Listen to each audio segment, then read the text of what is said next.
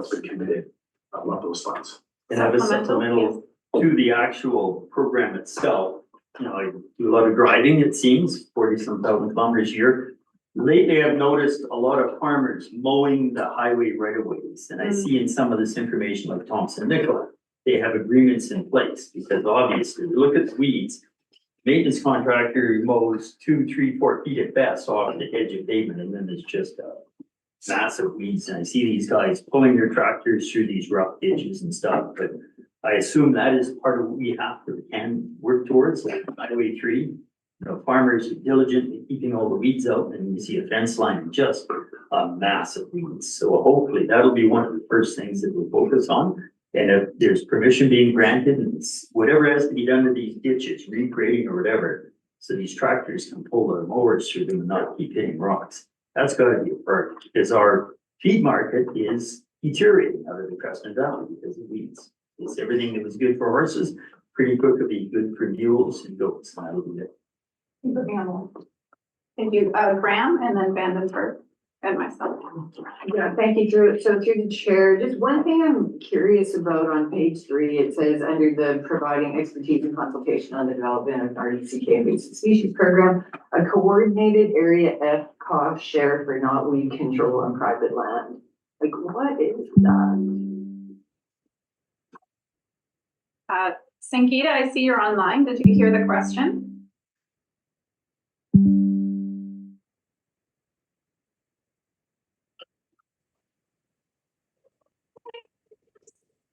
We can't hear you.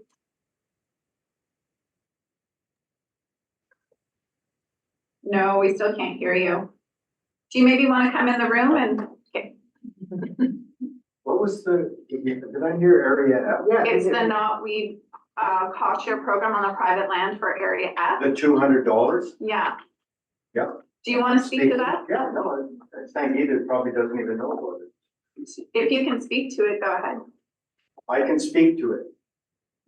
So, let's see, what's the best background?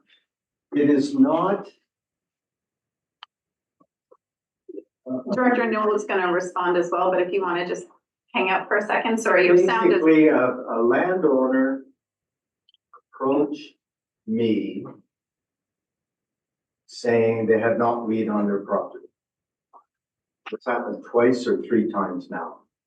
And so we entered in through CKIS a cost sharing, 50-50 cost sharing for CKIS to address that knotweed concern. One was on Beasley, a massive one, kind of half on the right of way, half on the property. This one was on just up here, a couple of mile out of town, I think, or within that, and one other one. So that's basically it. And we did a cost share with CKIS. I'm just trying to think if there was more background, because this one was last year, the one was 2 years ago. And just seeing if there's any other background. That's what it is. We Thank entered you. into a cost share. It was something I've done a number of times. Sangeeta, was there anything you wanted to add to that? Sorry, I didn't fully hear the question. It was the question regarding the knotweed cost share program on private property in area F. I think Director Newell's answered Yeah. it, but Yeah, I believe the director Newell answered that. So, It's, yeah, and a property owner can invite the Central Queen invasive species society to come in and do treatment on the knotweed. To the resident. Director Graham, supplemental? Just supplemental, I was just wondering like how it was implemented, so, if a homeowner approaches like a director with knotweed, then the process is to contact. oh, I can explain. May I? Is it necessary to go through the program details Okay. right now? We're Okay. focused on funding the program, great. so I think you can follow up on that one. Okay. Is that okay, Director Graham? Okay, thank you. If you can just stick around, Sangeeta, while we're doing this item. Paris has been online too. Paris is online? Okay, Paris is online. That's good. Thank you, Sangeeta. Vandenberg, go ahead. Great, thank you through the chair. So yes, we are talking about the funding to build and extend the working group. So the working group, and so I have a clarity question, first of all, from when I hear the LGCAP funding question for this and other related programs are going to be done in August, is that what I understood you said? Yes, through the chair, there'll be a broader LG cap report coming in August. Because we've now got, in addition to the $230,000 that's currently sitting in the reserve for the previously received funds, we then got a check for $380,000. So the board is sitting on a relatively significant amount of money. So that's what's there right now. There's these smaller requests in this agenda today.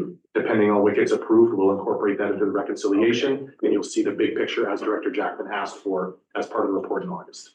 Okay, good, thank you for that. And Supplemental, go ahead. supplemental, so we do have, Director, Susan and I are working together on the working group, but unfortunately, the working group, has been stalled. We've had one meeting and we're still working through our terms of reference. And we can't have any more meetings to discuss all these type of things in terms of where we ought to be putting our priorities and how we should be maximizing the value of the CCAS program. And we can't continue those conversations until we address this funding. And unfortunately, it's taken this path, but hopefully today we can get it resolved and then we can start working on some good things. Further to Director Jackman's point, yes, weeds and invasive species within our agricultural community is. Do you want to move the motion? Sounds like you support it. Now that I understand we can do the motion, I'd be happy to do so. And just want to reiterate the concern that Director Jackman put forward. This is something that we have to start paying very close attention to. So if the chair would allow me, I would put forward the motion that we support. Okay, motion's on the floor. I was next on the list. The only thing I wanted to indicate was, in terms of the LG cap funding, I'm comfortable knowing our rough balance right now is significant. There's quite a bit of other things coming forward that we can consider, and that'll be a broader conversation in August. This amount doesn't cause me concern, so I'm good with that.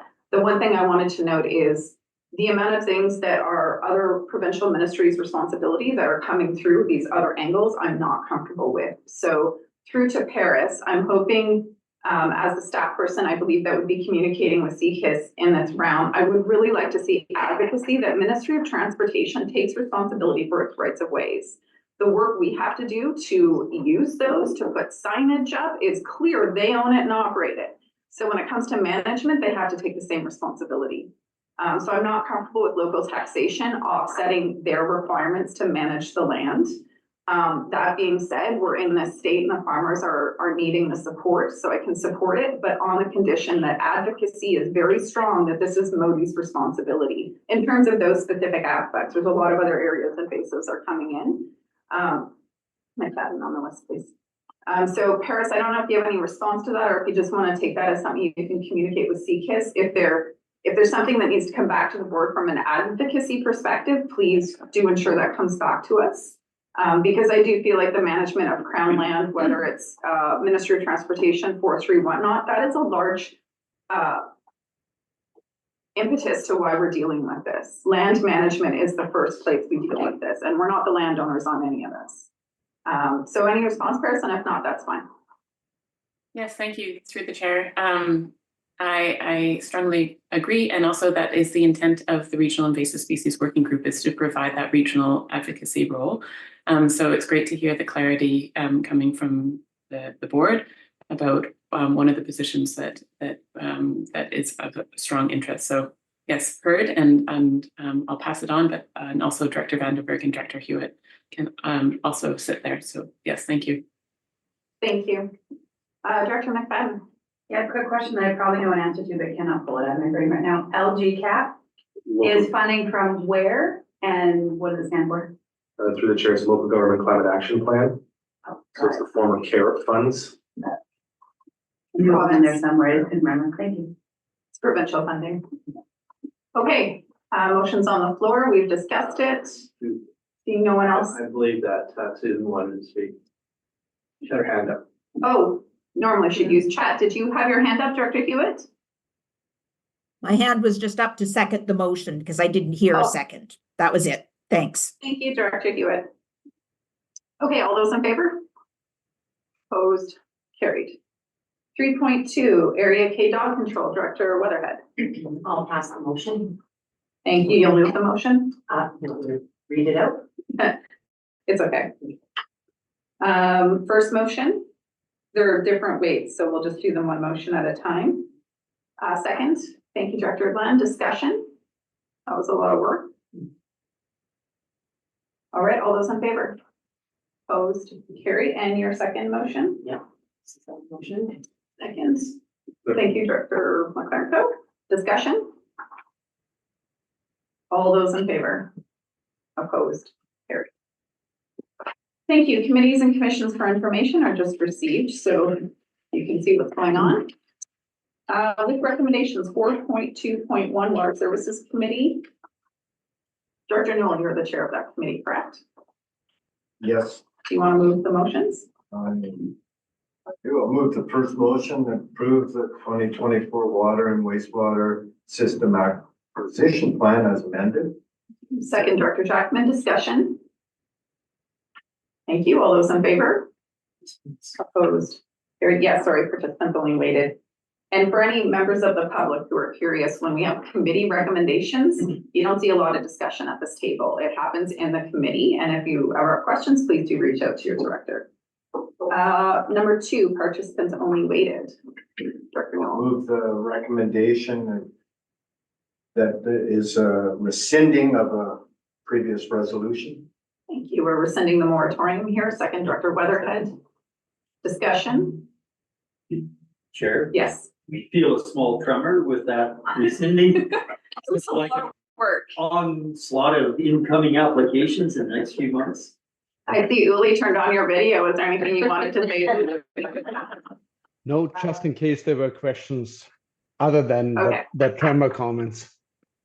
Yeah. Might be the one time the province is listening to us. I don't, yeah, sorry, that came out the wrong way. All those in favor? Opposed, carried. All right, we will now evaluate taking on water systems and wastewater. Oh, no, yes. CSLAC, Director Popoff, you want to move No. motions? Actually, Director Main is the chair now. Oh, yeah, I'm sorry. Thanks for catching me up. Director May. Move the recommendation that RDCK Board direct staff to establish a collaborative working group on regional transportation and partner with regional industry, local governments, and community organizations. And further, that up to $15,000 be used from S100 General Administration OGCAP. And further, that the working group terms of reference come back to CSLAC for review. Thank you. Do we have a second? Thank you, Director Cunningham. Discussion? Director Lochtenberg. Just a question regarding the way that CSLAC will work with the West Kootenay Transit Committee, given West Kootenay Transit Committee, is my understanding based on what Director Page has told me, it's sort of a broader mandate. So I'm just curious how those two committees work together, and is the West Kootenay Transit Committee maybe need to broaden its mandate a little bit? I see Paris, are you still there? This was a question raised in committee, so I'm just going to see if Paris can answer it because she answered it there. Go ahead, Paris. Yes, thank you through the chair. Yes, and it was, we intend to include it in the terms and understand through Tom Jewell how best. We haven't pursued it. It was a question that arose at CSLAC and we haven't had a chance to speak to Tom Jewell yet, but our intention is to liaison and ensure that there's shared information and continuity, but not overlap. So there's actually 3 different groups, including this one now. You have your West Kootenay Transit Committee, which is the Kootenay Boundary, Central Kootenay, those broader ones. And then you also have West Transit Committee, which is the governance committee that is held at the RDCK, which is new this year. Right. And this one, with the BC Transit mandates, they're pretty specific to what they can discuss. So this is looking at those outside the box conversations, and it's going to be more advocacy related or looking at opportunities. And then should it move into a service or an actual project, then you would move it into the governance and or the West Kootenay Transit one. Correct? Thank you. All those in favor? Opposed? Carried. And the next one, Director May. The next recommendation, that the Community Works Fund application submitted by RDCK for the project titled Weimer Watershed Natural Asset Management Plan in the amount of $60,000 be approved, that the funds be dispersed from Community Works funds allocated to electoral area G and allocated to S105, Community Sustainable Living Service. And further, that the 2024 financial plan for S105 CSLAC be amended to increase Community Works grants by $60,000 and increase contract services expense by $60,000. Second, Director Cunningham, thank you. Discussion? All those in, oh, sorry, Director Hewitt, I see you. Go ahead. Thank you through the chair. This probably is nitpicky, but should it not read Canada Community Building Fund versus Community Works? Isn't that the new terminology? Through the chair, I understand that Community Works is a subset of the Canada Building Fund. There's other streams within it. Okay. Yeah. All right, thank Director you. Hewitt. Okay, good catch. Seeing no other discussion, all those in favor? Opposed, carried. And the third recommendation? The third recommendation, that the board direct staff to submit a joint application to the Watershed Security Fund for water sustainability project within the Yakaniki, Amakis, Creston Valley in the amount of $150,000. And that if successful, grant funds be allocated to S105 CSLAC. And further, briefing notes are provided to elected officials and when elected officials are engaged with the chief and council. This is really strangely worded, but it's that those briefing notes be shared with the regional district elected officials when they're shared with the Yakanuki elected officials. Second, it's also when there is engagement with chief and council that elected officials at the RDCK are also engaged so that we have the same orders of government engaging. Yeah. So it's on the floor. Further discussion? And it's participants only weighted. Yes, thank you. All those in favor? Opposed? Carried. Thank you. Just noting on that one, we can take it away, but participants only means that the city of Creston would not be involved in that vote. So it's just an interesting. Town, oh, sorry. Point of order. Yeah. Town of Creston is thinking about becoming the city of Creston. Maybe that's why it's on everybody's mind. Oh, okay. Today and yesterday, it's kind of permeating. I thought you were gonna say they're considering joining the sustainability service. That would be nice. We're not there yet. Okay. All right, and now we're at West Transit Services Committee. So this is our newest committee of governance.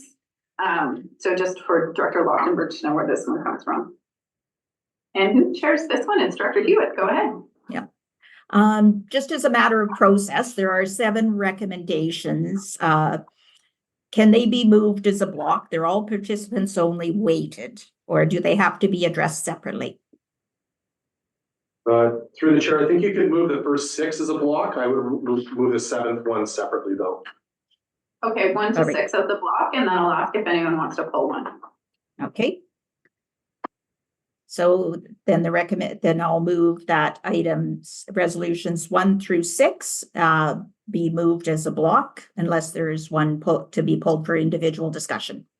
Second. Second, thank you. Do any directors want to pull any of these individual motions for discussion? Again, good discussion at the committee. So, okay, all those in favor? Opposed? Carried. And then the 7th motion, go ahead, Director Hewitt. Okay, and that one is that board direct staff to provide a service case analysis regarding amalgamating S237 Transit Castlegar and area, S238 Transit North Shore and Slocan Valley, and S239 Transit Kootenay Lake West. Second. Thank you, Director Main. Discussion? Director Lockwood. Thank you. Through the chair, my only question would be is, do we know approximately how much a service case analysis would cost? Through the chair, something like this would be all staff time. So I'd have to check with Tom and Mike as to what the hours would be, but this isn't something that we consult. Okay. Thank you. Director Jackman? I guess one thought as well is that, this might presume all 3 are amalgamated, but there may also be a bit of analysis on any 2 out of the 3 that might make a lot more sense if that was part of the service case analysis. Yeah, through the chair, I think that makes sense. Yeah. Yeah. Director Vandenberg. Yes, thanks. This is an interesting exercise. So just for clarity, is this the way that you move services together is through an analysis so you're applying for amalgamation, you go through an analysis. The result of that analysis is the pros and cons perhaps, and some recommendations that something would work, something wouldn't work, because this is new. This is the first time I've seen this. So just, yeah, interest to me that of the procedure. Yeah, through the chair, this is actually the second time we've tried to take a look at how we could amalgamate transit service. We used to have 7 or 8 transit services, now we have 4. So we've gone through this process before in terms of trying to amalgamate them. But yeah, I think transit is a little bit unique in the ability to do this because of the way the service is delivered and the way that you've seen Tom bring some suggestions forward in terms of how the cost can be allocated to the different participants. So it does provide a little bit more opportunity to do something like this. But yeah, this is definitely a way to try to make things more efficient and just reduce the number of services in general. Thank you. All those in favor? Opposed? Carried. Nelson and District Rec Commission number 5 minutes. I could take the liberty of moving that motion, Go for it. a member of it. Yes. Yes, Chair Page isn't here, so. Yeah, that's okay. Go ahead. The Nelson District Rec Commission supports in principle the pre-development work by Nelson Cares Society to determine the feasibility of a potential workforce / below market housing project from the Nelson and District Community Complex footprint through to 824 Front Street in Nelson, and further that the feasibility study identify how recreation expansion of the Nelson and District Community Complex could be incorporated into the workforce below market housing project so as to include the feasibility. Do we have a second? Thank you, Dr. Graham. Vandenberg on the list. I just wanted to check in quickly on this one. This is a letter indicating support in principle, but is there actual staff time and or finances that we're committing to this feasibility study? And who's doing the feasibility study? I see Joe's online. Through the chair, Nelson Cares is doing the feasibility study and they've hired Cover Architecture to do that work. And yes, we are supporting them as staff for the pieces in regards to recreation in their feasibility study. So, thank you, Graham.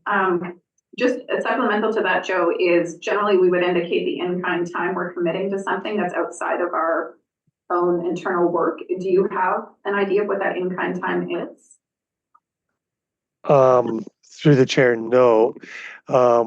This is actually part of a project that we are already working on. We are already working on a campus study for the area, for the complex in particular. So this work is actually fitting within a work plan item already. Okay, thank you. I'm sorry, directors, I went ahead of you. Vandenberg and then Graham. Thank you, through the chair, and that was exactly where I was going to go with it. But the in-kind portion should be nailed down a little bit more. So perhaps we can get an update on it because it's about our work plan, and we're spending a lot of time really thinking through our work plan. So this is the stuff that gets layered on, but we should have better, clearer understanding as to the commitment involved by staff. So something for the future to discuss. Thank you. Director Graham. Thank you through the chair to staff. So this property, to my understanding, has 2 or 3 lots that is owned by the city. And then there's 2 lots that are owned by the regional district. And I'm just wondering for clarity to the board, are all of these lots being considered in this study or this pre-development, or is it just the lots that are owned by the city? Through the chair, the resolution, the way it reads, it includes land. It's not a lot because the lot is actually one lot that the NDCC sits on. So it includes land inside that lot to be considered in this feasibility study.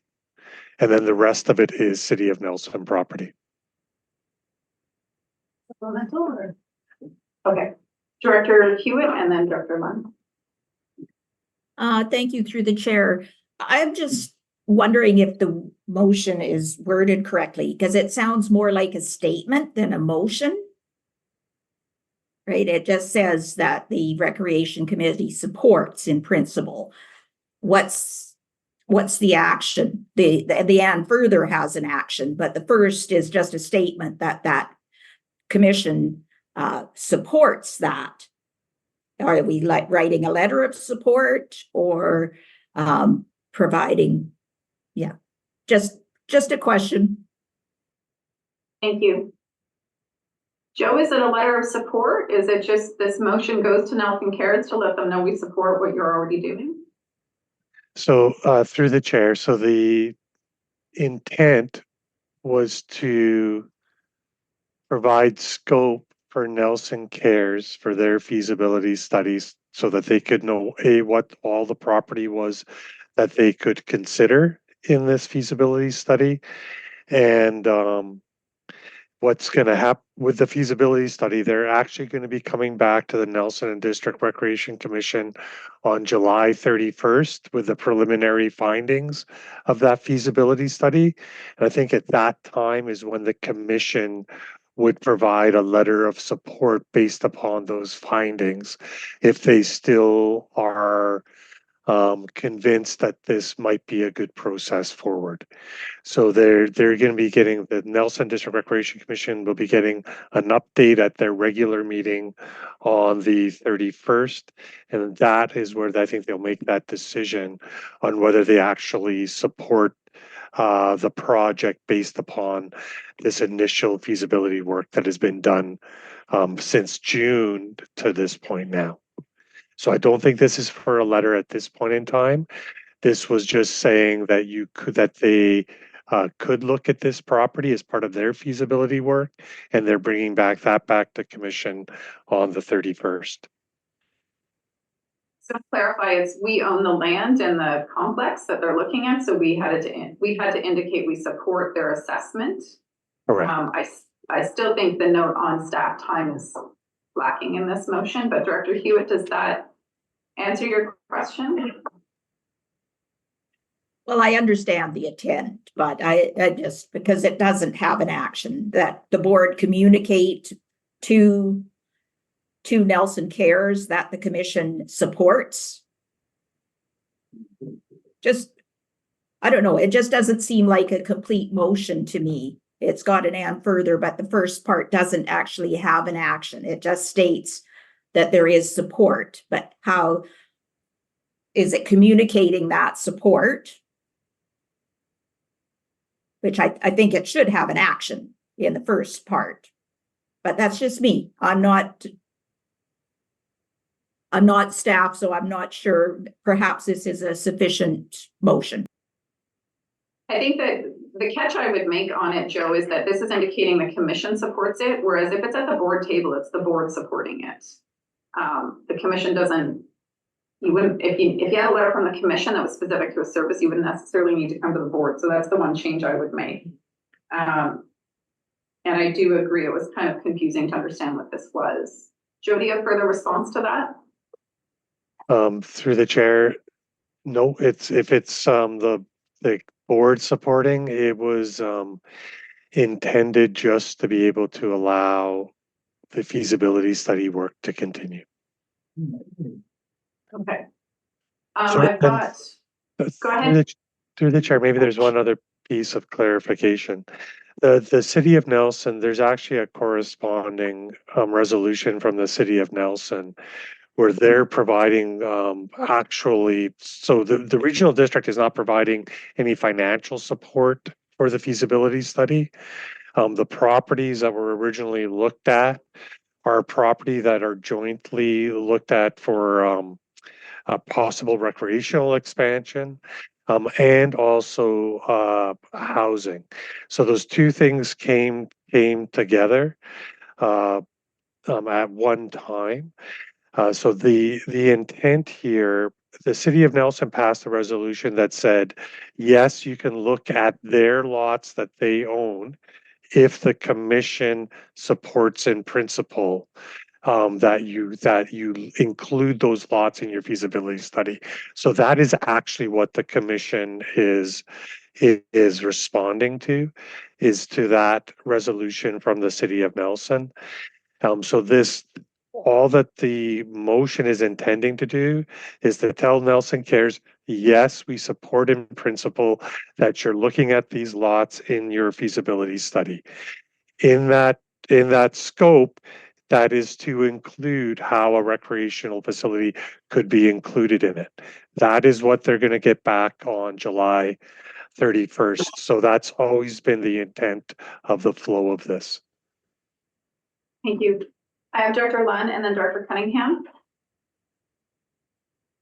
Yeah, to me, I'm totally in support of this motion, and I'm grateful that it did come to the board.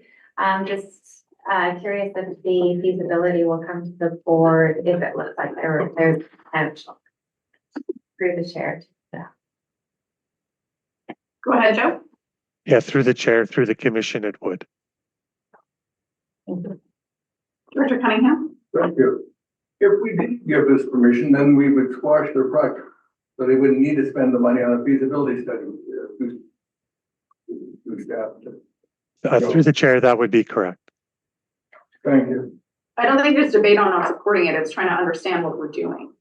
And so it's just clarifying. This motion was a little confusing. So I'm not hearing anyone opposing the support. It's just, what does that support look like, and being specific with it. So seeing no one else on the list, all those in favor? Opposed, carried. And Joe, just noting, you said the feasibility study will come back to through the commission. Can we ensure it comes to the board as well? Yes, through the chair would come through the board, the commission's minutes. Okay, thank you. 4.2.5, all recreation committee, that is, if I'm really off my game today, go ahead. It's okay, sorry, where are we at? 4.2.5.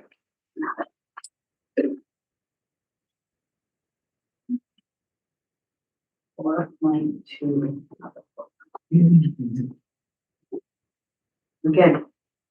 Okay, the board directs staff to bring forward a report to the board which outlines necessary regulatory, operational, financial, and communication steps and proposed schedule for implementing sub-regional service committees for all of the different services. Thank you. Do I have a second? Thank you, Director Main. Discussion. Again, we did go through this one deeply at all rec. Director Lund. And I apologize, I was not there. Area H and SLOCAN's no longer in the recreation service. Just curious what we need to be on there. So through the chair, this isn't just about recreation. It started with recreation because for our shared services committee at this point, recreation is definitely the biggest service that is spoken about for the two that are relatively active, Crested Valley and the North Country Lake shared services committees. So the conversation started with recreation, but really this is about governance of all shared services between those participants and seeing how we can develop committees that might work. And it's not a commitment to develop the committees. It's really just to start the work to say, here's how it would work. Are the directors interested? There's a conversation that started at the table about 10 years ago, and only Crested Valley and North Country Lake, as I mentioned, picked it up and have run with it. Then the conversation just started up again about how these discussions could be better had at committee tables. Thank you, very Very handy as you're leading the budget and you've got shared services. That's I went to look at Susan, but you're not there. You're there. Further discussion. All those in favor? Opposed? Carried. And yeah. So just an administrative point for the directors, if you're not aware, just because I saw Director McFadden searching for the item that we're on. If you get caught up in the conversation and your eScribe gets away from you, you can click in the top left corner. There's 3 lines in a circle. Click that once, and then you can scroll down to current item, and you click the current item. Christine's tracking it on the master side of eScribe, and it jumps you right to where we are in the agenda. You don't need to scroll through it. Thank Okay. you. Oh. So it doesn't look like an open. Top left-hand corner, there's three There's a circle with lines. 3 lines in it, click that once and you scroll down to current item, and it'll take you right to where we are. What a game changer. That's very. All right, Thanks. second motion, go ahead, Director McFadden. That staff recommend to the board opportunities to convert commissions and committees related to recreation to community advisories in order to increase efficiencies in service governance while maintaining the ability for public to engage with the RDCK. Thank you, second, thank you, McLaren Co. Director Jackman. Yeah, and I think this is important. We talk about converting, but we may have to establish in some places these kind of advisories. When you read the master plans, like for parks and trails, it's kind of huge undertaking we did years back for each sort of subregion. We say right in there, we're gonna come back to the public. We're gonna talk to you before things happen. Apparently, we didn't quite come back on one item in area A. And I bet you it took 100 hours of staff time. I got 52 questions from one block of a few people, numerous other questions, staff are trying to. So this is quite important. It's only recreation. We've spent $60,000-$70,000 on master plans in some areas and made the promise at the end of it, we're gonna come back to you. And we have no effective mechanism to come back to clusters of community that really want to. So I hope everybody will look at this as a positive thing that will save our staff time. Because the advisory process is a lot easier to manage, I understand administratively, than actual commissions and committees. So I'm optimistic. Thank you, and our Water Services Community Advisory Committees is a good template to look at, because that's essentially what we're looking at hearing for recreation. Director Main, you have further comment or question? Yes, while I support this, I also just want to note that we have to be careful to not rush this second part of it and engage with the existing committees and commissions, or else we're going to wind up with some very irate and dissatisfied constituents. So I just want to caution, in addition to what Director Jackman said, that we have to walk cautiously on that. Thank you. Thank you. At the LREC Commission, I do recall it being a pretty deep conversation regarding how would this work and, you know, raising the concerns that we're wanting to ensure our residents stay engaged and making sure the mechanism is good for that. So do you have a question? No, it's just a comment on what Director Main said. Okay. I don't know if she was present at that meeting when we discussed this, but the problem being is our commissions, we have a set bylaw and rules and regulations that they abide by, and we had problems getting formed, so we couldn't conduct any business. Yes. And an advisory commission doesn't have those set rules and regulations. Yes. Thank you. Okay. All those in favor? Opposed? Carried. Randall Commission, Director Jackman. Yes, thank you. This is all, I think the wording should be tweaked just a little bit, because we have Riendell in brackets and then commission. Yeah. So, but I move that the board appoint the following individual to the Riendell Commission of Management for a term to end, July 31st, 2025. Should be December 31st, I believe. So, and that person is Lynn Grant, resident of Riendell. Not Lynn Crana, Riendell. Riendell, sorry. Okay. All right, second. Thank you, Director Brown. All those in favor? Opposed? Carried. Crescent Valley Services Committee. Who would like to take those? I think. And this is all vote. Yes, go ahead. Is that the board approved, 2024 financial plan for S174 Cemetery, Creston A, B, and C be amended to increase grant by $3,500.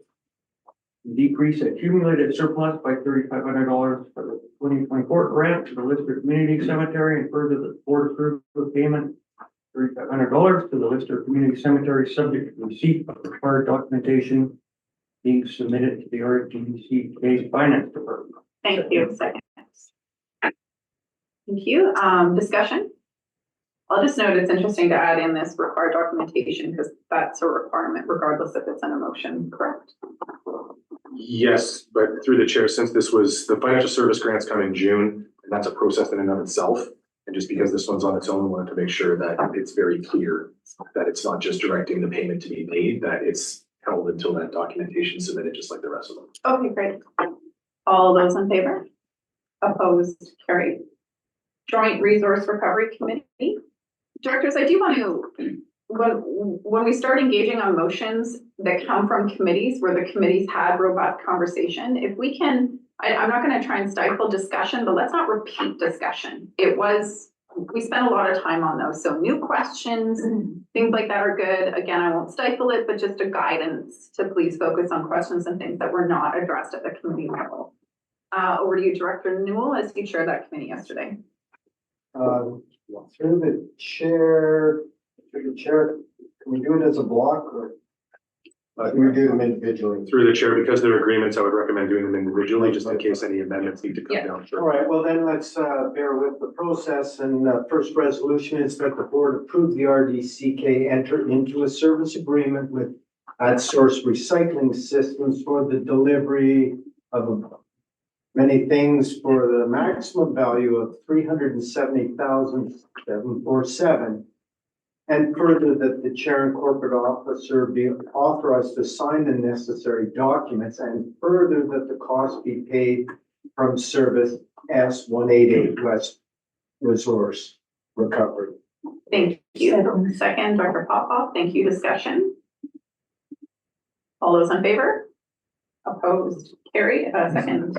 Second resolution that the board approve the RDCK extend the goods and services agreement number 2021-70 ENV with GFL Environmental for the provision of waste hauling services for Slocan, Roseberry in the future, and a Cusk transfer station for 1 year, extending it from October 1st to September 30th, 2025, at an estimated value of $105,109, and further the signing, etc. Thank you. Do we have a second? Thank you, Popoff. Discussion. All those in favor? Opposed? Carried. Number 3, that the board approve the RDCK enter into consulting services agreement with Ursus Heritage Consulting, the completion of archaeological impact assessment at Budashina landfill, total cost $67,680, and it be paid from S188. Thank you. Do we have a second? Thank you, Dr. Hanegraaff. Discussion. All those in favor? Opposed? Carried. Number 4, the board approved the RDCK extend the agreement number with Kokanee Park Marine Limited for the lease of land associated with that recycling depot until from August 1st through to the end of December 2024, and further these are paid from A117 Central Recycling. Good. Okay. Second. Discussion. All those in favor? Opposed? Carried. And And the fifth resolution is that the board sends a formal response letter to the Ministry of Environment as per the July 12th, the discussion paper and report, and there still might be a couple of minutes for people to provide feedback through to staff, having read the letter. Second. Thank you. It's a good note to make that I believe Amy's going to send me the letter tomorrow for signature. So if you have further comments you want to make, as long as they're not, yesterday would have been the time to say I'm not in support of anything in there. So now it's just any further edits, get them to Amy today. That's a very good letter. All right, so there it is. Further discussion on the motion? All those in favor? Opposed? Carried.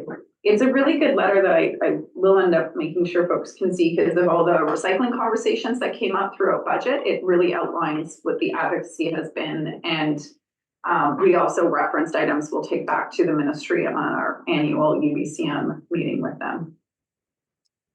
Okay, 4.2.9, Rec Commission number 4, Dr. Weatherhead.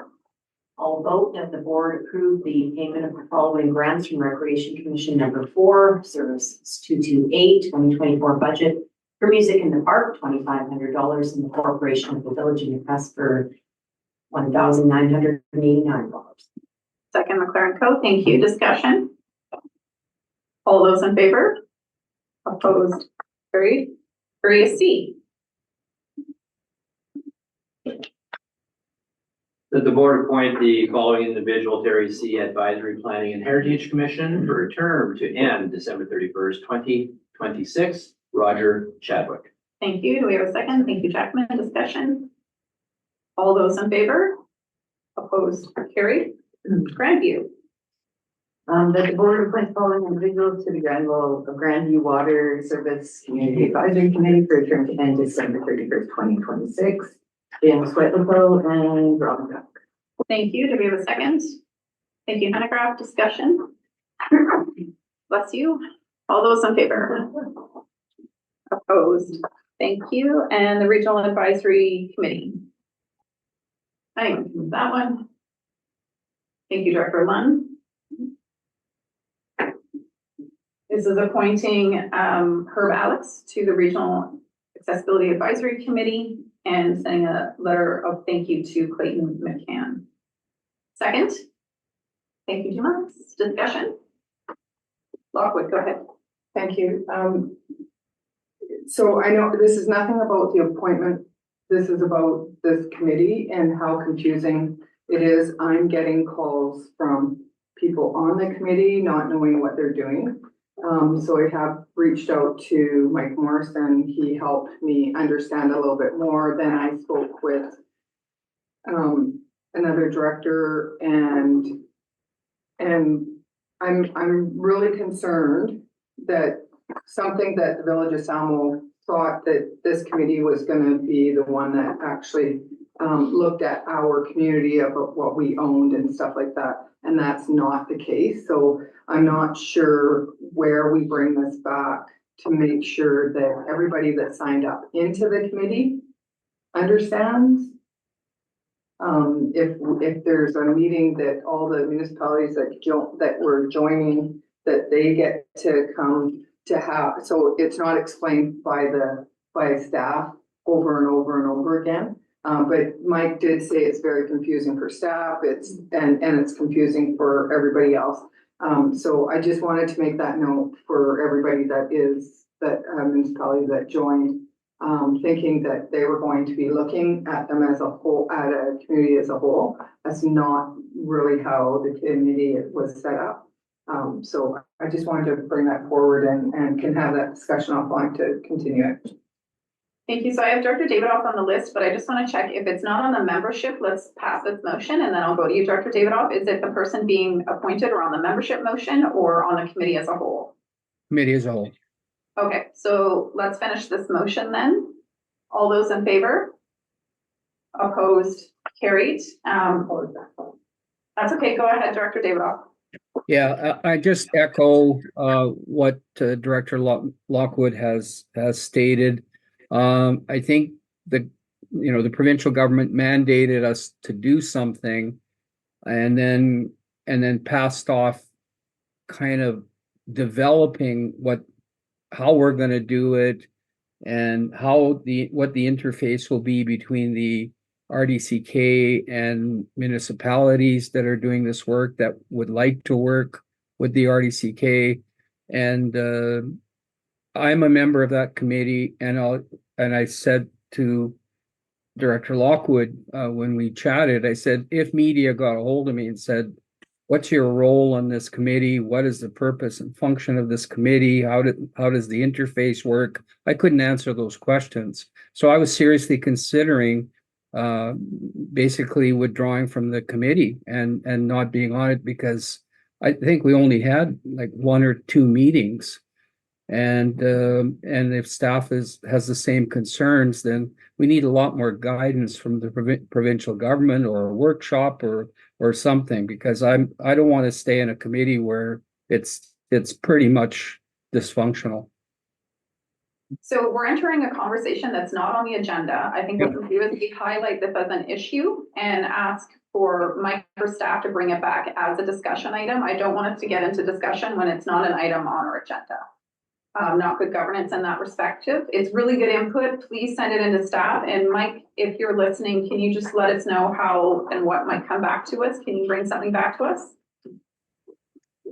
Yes, certainly I can prepare an update for the board with regards to the work of that committee and how the municipalities tie into that.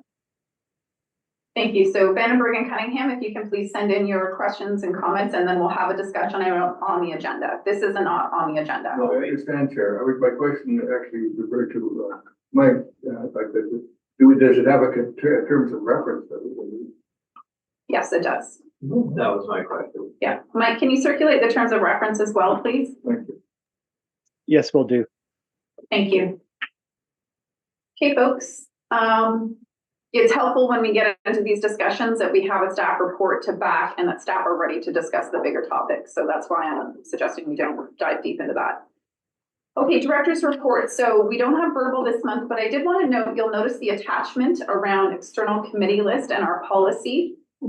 I will admit, I don't always do this myself, but it's a friendly reminder that when the board appoints you to an external committee, please report what you can, even if they're all confidential, which both LGCCRT and Columbia Basin Trust, until they do their board highlights, they're both confidential meetings. So I do understand sometimes you can't report out too much, but you know, at the LGCCRT, we provide any of those updates. So if you see your name on this list, and you should know because you're attending those meetings, please provide some reports back to the board on what you can, or link to whatever it is, the work that is public information. So that's why those were attached. Director Main. Yeah, I have a correction to make on the list of appointments, which are that I am no longer on the board of directors. Director Hewitt has moved from standing committee to being a director, and the time frame should be June 30th on both of those, because. Okay. Can you please email that to, I believe it would be Angela? Yeah, and you can copy it. Okay. Okay, copy Christine as well. So if you see errors, please send those to Angela and Christine. We can provide an updated list next month. Okay, thank you. Okay. Jackman? Well, similar concern, the ATVLG, I haven't been on the executive for a handful of years now. And I had asked not too long ago, I think it would have been, earlier December last, when we were looking at this list. UBCM needs to confirm if they even think that group is ever going to be resurrected. Right. Small water system. Yeah, That I is will all. send another separate note in, but UBCM hasn't called us together for years. I think since Shadrach was in the seat. Andy was one of the ones in. Yeah. McLaren Co. Thanks, Chair. I will happily move or second this motion. I just want to note that the Columbia River Treaty AIP was just dropped a week ago. Yes. So no motion to be moved. This is just all received for information. No, to move to postpone the director's reports. Oh, we're not doing verbal this month. Yeah. Thank you. And yes, again, it's not an item on our agenda, but the agreement in principle on the Columbia River Treaty was dropped on Monday, Tuesday, recently. We're not talking about it here. Just FYI, read all of the information about it. Okay, correspondence. Would anyone like to pull? Oh, sorry, there's a motion first. Let's start with 5.1. Somebody. Thank you, Papa. Okay. That the board send a letter to support Living Lakes Canada for their application to investment agriculture in Water Infrastructure Program Fund for Columbia Basin Aquifer Vulnerability Study, associated groundwater supply monitoring, and groundwater related public education. It's been moved and seconded. Discussion. Jackman, then Vandenberg. They end up being the same general thing. We've been asked to contribute little bits of money here and there to support monitoring in geographic areas. Question is Paris monitoring sort of they've got an outward facing database. I've looked at it the odd time. Is staff monitoring it, and would it be too much work the next couple of months to kind of see what is or is not being monitored where we are right now? Canyon listers, a hotspot for aquifers. Where else in the central Kootenays are they even looking right now? More than a bit curious. Definitely worth noting. There's a couple different folks and they've changed names as well. So I've lost track of who's doing what. Paris, I don't see you had 85 was your number. That's what we're titled as. Okay, Stuart will follow up on that. Does that work for you? Vandenberg. Thank you, Chair. Same as Director Jackman is. So doing the research on Living Lakes Canada, getting involved with us locally in RDCK, particularly in our subregion in Creston, and a relationship and an agreement now with Lower Kootenay Band for collecting data with the river. Where are we getting this information? How are we getting this information? We're being asked for a letter of support, but yet what value is it for us to appreciate that which they're trying to do? And because it does affect us, it does affect our alternative water study that we're working on. But if there's not two-way flow of communication with the work that they're doing, I don't understand the value of this. So I think a good starting point, we'll have staff come back. We've asked Stuart, we'll follow up with Paris on getting that kind of who's doing what, when, and where. The Watershed Governance Initiative includes story mapping that identifies different data points and what's coming in and where things are. So it's a good baseline to start with to look at that. And then we'll have staff come back and give us the overview on those things. The watershed planning for Yakinuki-Amacus, which we just approved to apply for, that would be much more specific, and that would be led by the two entities which we've indicated, the RDCK and Yakinuki-Amacus. So that's going to be more detailed and more specific to those Creston Valley interests. The watershed monitoring and whatnot, we'll have staff come back and give us a more lay of the land. We also have organizations up the lake that are now through Living Lake that are doing water monitoring. So yeah, there's a lot of different moving pieces. And I did see pop off. I just wanted to see if parts didn't pop off. Pop back on. Go ahead. Yeah, thank you, Chair. This motion is a good motion because the groundwater supply is diminishing with, for lack of a better word, climate change or the extreme climate events, low snowpack, etc. I've had a few calls on wells that are not dropping out, but the water level is dropping. So it'd be good to have study in that information. Thank you. So this is a letter of support. All those in favor? Opposed? Carried. Okay, 5.2 and 5.3. Does anyone need to pull any of these? If it's 5.3, we're not doing it. Go ahead. It's just. They're focusing on Castle Gorge right now, and additional areas of Tunnel House. How do you get to be an additional area? Turkeys are a huge problem in my area. I would contact the contacts in there. I'll do that. Thank you. It's also, if the date started in 2019, it was, I believe, Mayor Duff who signed it originally.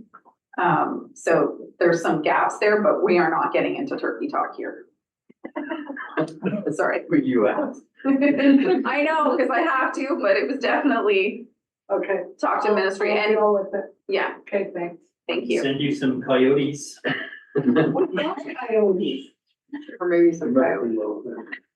Okay, we're not going there. I was about to say something, stop it. Communication 6.1 to 6.4. Does anybody want to pull anything for discussion? Cunningham, which one? So, 6.4, but actually perhaps speaking to all of them generally, and specifically. Can you just hold on? I just want to see who's pulling what, and then I'll go in the order. Go ahead. So anyone else? Okay, go ahead, Cunningham. Our staff are monitoring these things. With the proposed BC timber sales forest stewardship plan, I think we're doing part of that already for the staff. Or are we not? So you're referencing 6.4, and that's the Columbia Okanagan Columbia Forest stewardship plan. FSP. Okay, and Sankita, do you have a response to that? Or Director Weatherhead or McLaren Co, do you know, did that one go through? An FSP would generally go to the area director. Sankita came on, go ahead. So the question was, through the chair, the question was if the forest stewardship plan for Area G, Area K, it's Okanagan Columbia timber sales, which would generally it overlaps around the Arrow area. So I'm assuming it's Weatherhead and McLaren Co. Yeah, I'm not sure if we received it as a referral, but if we did, we would be processing it. And if it included several of the electoral areas, I believe we bring it back to the board. I'll check with staff here. Okay. Stuart? So through the chair, we did receive this referral. It touches the very edge of Area K. It's way up at the top. Yeah. Yeah. Yeah, through the chair. It's not even on this side of the Galena Bay Ferry, or it's almost like it borders. there's no residents and stuff. Yeah, so Okay. staff did respond through our process. If it's a single rural area, then it's applied based on our bylaws and standard concerns. If it's 3 or more areas, then we would bring it to RAC. That's our current policy on records. Okay, Exactly what I wanted to know. all right. Christine, just letting you know, Director Fike joined from New Denver. Director Fike, let's check your sound. I saw you come on. Wait, where'd you go? There you are. Can you hear us, Director Fike?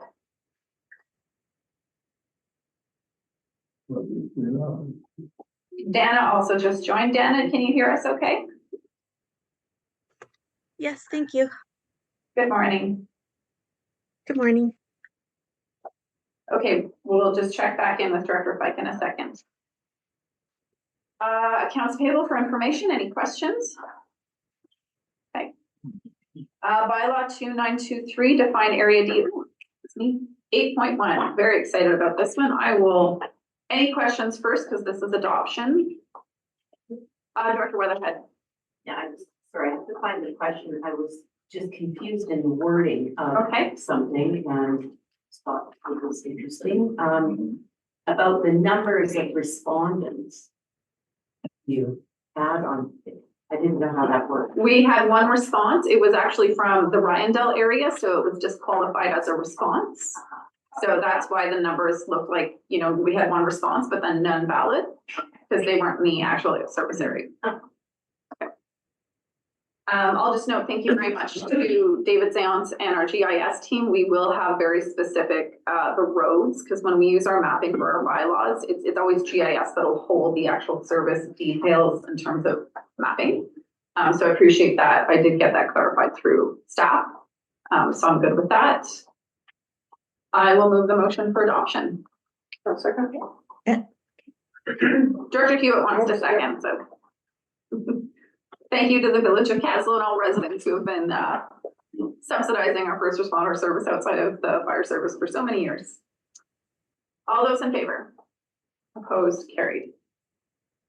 All right, 2955, 2956, and 2958, Bill 44, which is, thank you, Dana. Now I know what item you're here for. Do we have any questions? We ready to move from motion? C is first. Go ahead.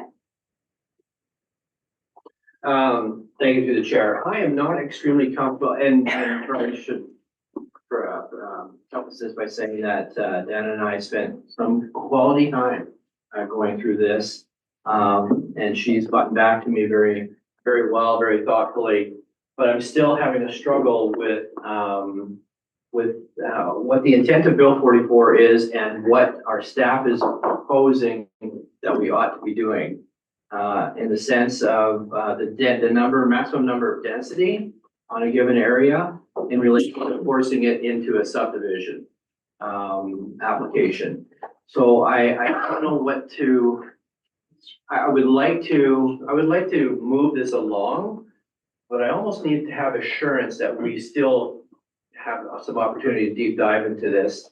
That if there is an opportunity to modify or change the OCP in Area C, that I can do that, not have to wait 6, 7, 8, 9, 10 years to do so. So I'm stuck on this, and Dana or Nelson? I think it's, I understand Director Vanderberg's concerns. I think it's okay to move forward and have to see how it goes and come back. That's kind of how it works sometimes with bylaw amendments, especially under this tight deadline. I can think of another example with some of the agricultural policy things where we've made some bylaw changes, and then as we've enacted them in the real world, we've come back and tinkered with them, and that's, I think, totally valid and an okay route to go. So to clarify the process around if there needs to be changes specifically to your comprehensive land use bylaw, which I think is what it is, the whole planning process, a full review is that 8 to 10 year timeline in terms of all of them, but specific amendments can happen when necessary, you know, a couple months depending on staff time. So yes, if there's tweaks that are needed because this identifies something, wait, that's not working, you don't have to get in the planning full review lineup for that. Is that correct, Anna? That's right. And I think as we review the subdivision and development servicing bylaw, that might be a good time to kind of revisit some of these density provisions that we've included. Same as, as we wrap up other projects like the complete communities assessment, that might be another good time to have some more data to reevaluate in these changes. So I don't think you'd have to wait for a full review. I think we'll see how it goes, and also we'll have some more information in the future from other projects. Well, if I may, and my apologies to the board, Dana did just get back to me with my last set of questions, so we hadn't had a chance to discuss this. Thank you, Dana, for pointing this out. That's really important for me. So then with that all said, understanding that I do have a process that I can follow, which I will be doing, I would like to suggest all vote that electoral area C land use amendment bylaw number 2955 2024, year 2024 being the bylaw to amend electoral area C land use bylaw number 2317 in 2013 be read a third as amended. Thank you. Second, further discussion? No, certainly. Good. All those in favor? Opposed? Carried. The motion for adoption, go ahead, Director Vandenberg. That I'll vote that the electoral area C land use bylaw number 2955 being a bylaw to amend electoral C land use bylaw number 2317 be hereby adopted, and the chair and the corporate officer be authorized to sign the same. Thank you. Do we have a second?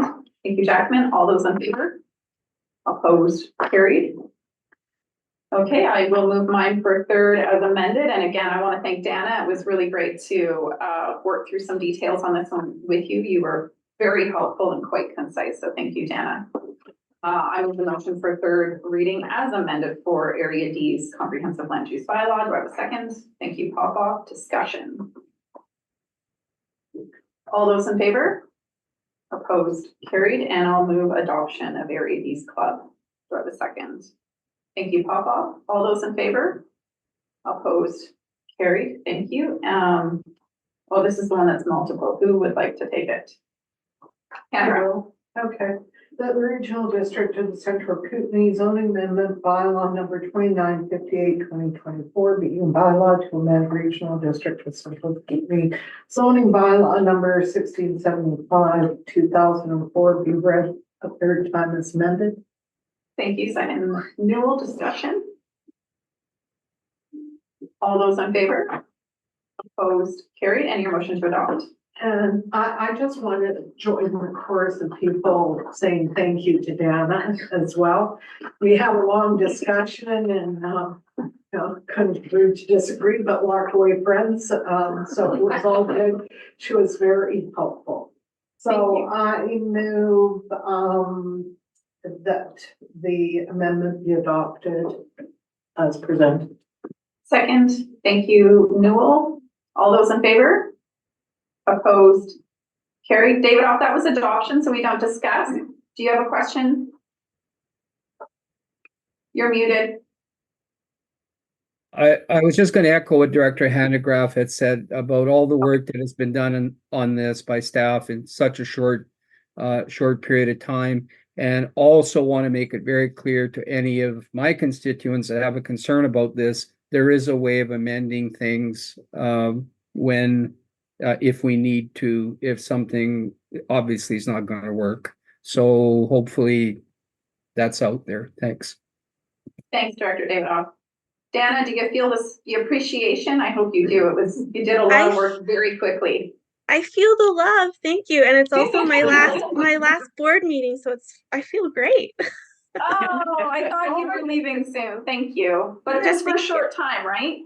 Just a year and a half. Yeah. You'll be busy. We appreciate you. Thanks, Dana. Thanks, guys. Folks, we have 8.3 next. I'm wondering if we want to do our morning break at this moment, because I believe 8.3 is going to be a pretty big discussion. We good with that? Sorry, I had 3 glasses of water before we started. So if we're okay with that, we'll take our morning break. Thank you. 10 minutes. Self-serving. Recording stopped.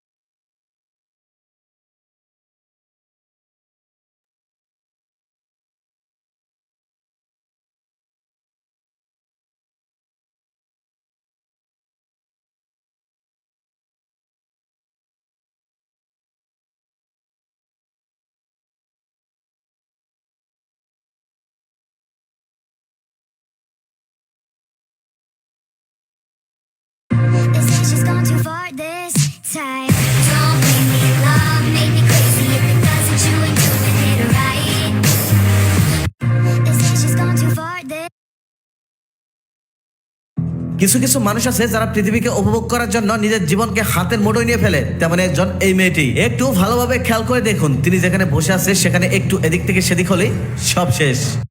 কিছু কিছু মানুষ আছে যারা পৃথিবীকে উপভোগ করার জন্য নিজের জীবনকে হাতের মুঠোয় নিয়ে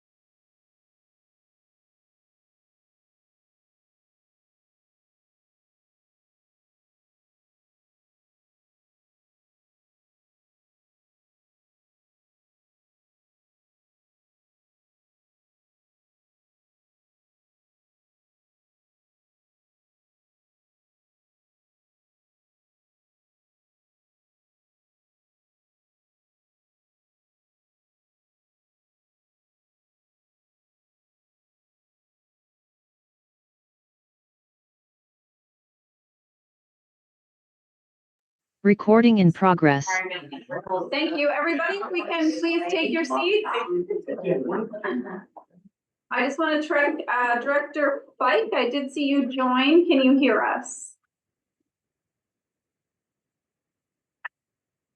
Please unmute if you can hear us and I'll check our sound.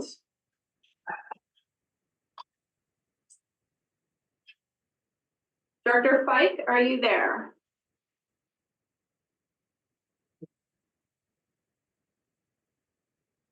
Okay, I don't hear him, so maybe if you could just put a note in chat and let us know when he can hear us.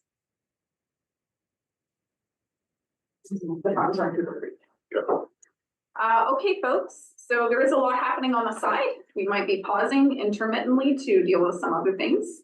At this time, we are at 8.3. We have everybody back in the room. So I know Director Popoff, you had put your hand up before we took a break. Go ahead. Yeah, thank you, Chair. I'm looking at that local conservation fund. AirH joined back in 2022, but the 10-year review is starting in 2014 when the other ones were. So AirH does not have a separate bylaw. We're part of that bylaw. Now, I probably defer to staff to explain why this motion's on the table to remove that 10-year review, where the Local Government Act basically states that parcel tax has a start and an end. But I can possibly explain it because I did a little bit of investigation, but I would defer to Tom Dool to explain the process on it. The second issue I have is putting a bylaw like that on the table without directors having a review of that bylaw. Short time period is, we only had a few days to review it, is if we do first and second reading on that bylaw for an opportunity for directors to provide comments and get comments from their constituents on that and then bring it back at the next board table. So that's the motion that I'll be making on this bylaw, but I defer to Tom Dool to explain to us why it's being removed. Okay, well, I do want to note, we don't need to repeat what's in the report. We've all read the report, so we understand the process. I think, yes, first and second would mean we don't need to move on it now, but we can get in the queue and then have that discussion. What I would like identified is that at our last, we don't have a formal committee for this service. And now that we've developed even more being added to it, essentially it should have gone through a service committee and then made recommendations from that point, because we do have members joining at different times where that 10-year trigger is not aligned with that. So there's a big discussion on that. Tom, is there anything around the process that is not in the report that you would like to highlight or identify here? Respectfully to the chair, I've captured it all in the report. I'd just like to note again that, as a regional district, there are fundamentally different requirements for regional districts than there are for municipalities. There's no kind of time constraint placed on a regional district in terms of the implementation of a personal tax plan. Thank you. And I know you go ahead, because I think we'll probably say the same thing. Go ahead, Director Jackman. Okay, thank you. I think Director Popoff is on the right track for a couple of reasons. One is I sat in on every one I could of the public sessions where the promotion of this service at the outset, the advertising for it, was left in the hands of the Kootenai Conservation Program. And at each session I was at, they highlighted, if you vote this in, don't worry, it's not forever. It's going to be reviewed in 10 years. And that, to me, was the promise to the electorate that they would have a say 10 years later. Now, I appreciate, Tom Dool has pointed out we have the power to do away with that kind of thing, but this is the worst kind of thing to do, especially in what we've seen in recent years with concerns about budget and trust issues and the like, that all of a sudden three readings and adoption and quote something gone. So Director Popoff has suggested to go first and second reading. That's fine. That's about the only way to get the public's attention. This is something that could be done. Could be done next month or really soon. And then we really need to go back out. I mean, KCP, Kootenai Conservation Program, does have a lot of information. We should be able to glean from that of what we've done so far, but put it out from us, from local government, saying, here's what we've done. Here's what we've taxed you for. Here's the multiplier of the money we've leveraged. And that, like it or not, we can just continue doing that. but we'd like some feedback. And apparently this new feedback portal, I can never remember the name, Stuart will remember the name. Hang the table. Thing, you're, I just actually put my hand down. So I do know what it is. That is a minimum, I think, to tell people we're on the verge of changing what we told you 10 years ago, and we at least want to listen to you. We may not act on what you say, but I really don't think we should adopt something like this right away. Understanding we could, we should just be cautious. Okay, Tom, go ahead, but just one second. Director Flake, I see you are with us and you have video. How's your audio? I got your email.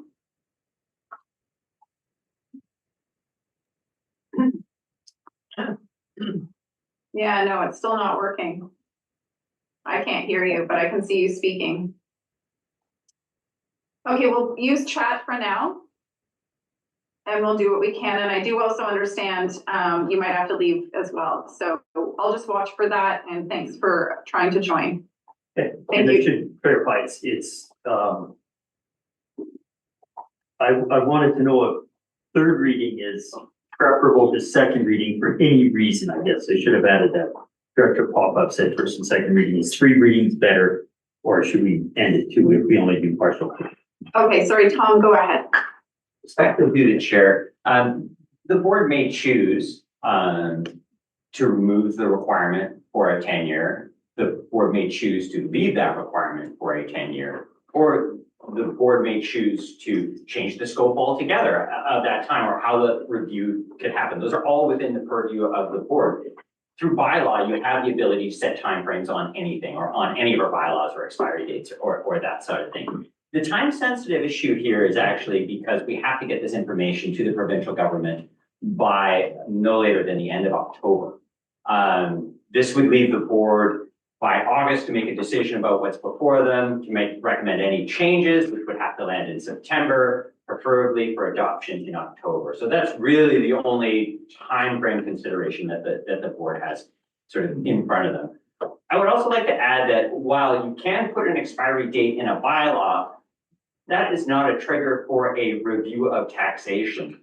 A review of taxation, as the chair has pointed out, would be done through a committee that actually governs the service. That's a governance decision. This is a decision as to whether or not to get rid of this tax at that point. It is not as it sits in the bylaw, as opposed to a decision to change it, increase it, reduce it, how it funds it, that sort of thing. So that's something the board in their deliberations should take into consideration. And the question around second to third, is there? Go ahead. Through the chair, second reading would allow the most flexibility and provide feedback to Tom, particularly the participants saying what you would like to see in the bylaw. And then we can bring back a draft in August. Okay, so 1 second on that one. So second reading would be best. I'll come back to you for that. What I do, oh, Graham, go ahead. Thank you. So this might just be a little bit off topic, but there was a complaint made by Area E residents in writing regarding this service. And I was just wondering if that had ever been addressed by staff. Yeah, through the chair and Area H residents as well. Yeah, we've responded to. It was responded to. Okay, thank you very much. Supplemental. I've had a question come in from some residents in the area that are asking the process on this, and that it's being brought forward by staff and not being brought forward by a director. And I just didn't know how to answer that. So if you could help me with that. So through the chair, I think through Tom's research, he found that contrary to what was believed prior in terms of the mandatory time frame, it was found that actually regional districts don't need to have that time frame. So this is strictly bringing the information to the board to say you have options here when it comes to that 10-year time frame. And Tom can add to that as well. Tom, go ahead. Respectfully to the chair, we knew it was expiring. Initially, we looked at it like, oh, we just gotta do a renewal on this. And then once I dug into it with the Local Government Act and talked to the local government inspector, they said, you don't actually need this. This is a requirement of municipalities, not of regional districts. The Local Government Act does not apply those pieces of the community charter that apply outside of the creation of the parcel tax rule. Fundamentally, what it comes down to is we're not a taxation authority as a regional district. Municipalities are. The province collects the taxes. And so those requirements of the parcel tax bylaw are So very much a procedural aspect, not very necessarily, procedural. yeah, director saying we don't want this service anymore, which would be a different conversation. My question, were you good with yours? Thank you. Okay, so my question, and Tom, I'm sorry if you mentioned this, where I'm also watching emails for other issues. What I'd like to know is this pause for me. I do know when the year I was elected was the year this went on the ballot. So I was quite removed from it. I really didn't take an advocacy role. It's the residents' call. I'm not promoting it. But I do recall there being conversations around the 10-year timeline was also to be able to check back in. So I think there was a bit of a miss on our end to flag that at an appropriate time that we wouldn't be up against this deadline. So essentially, if we don't move forward, this service doesn't tax in 2025. So I have two questions for you. Number one, we know a referendum would be $12,000 to $15,000 with all the areas involved at this point, so that doesn't seem very reasonable, possibly more. But the ability to engage the public on that check back in, which I believe was a part of the initial communications around it. What kind of timeline would that require? And my second question is, if we miss the deadline to be able to tax in 2025, that does not prevent us from doing that work in 2025 and then reinstigating it in 2026, or does it?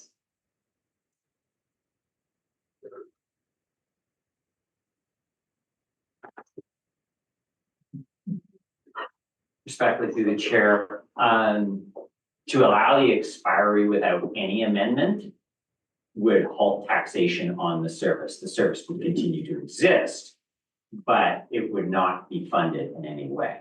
Yes. So those projects that were, being funded by this would cease. At that point, at the direction of the board, you could commit to a public engagement process. I concur that a referendum would not be called for. Would be extremely expensive, and I don't think it would allow you to accomplish anything that you couldn't already accomplish.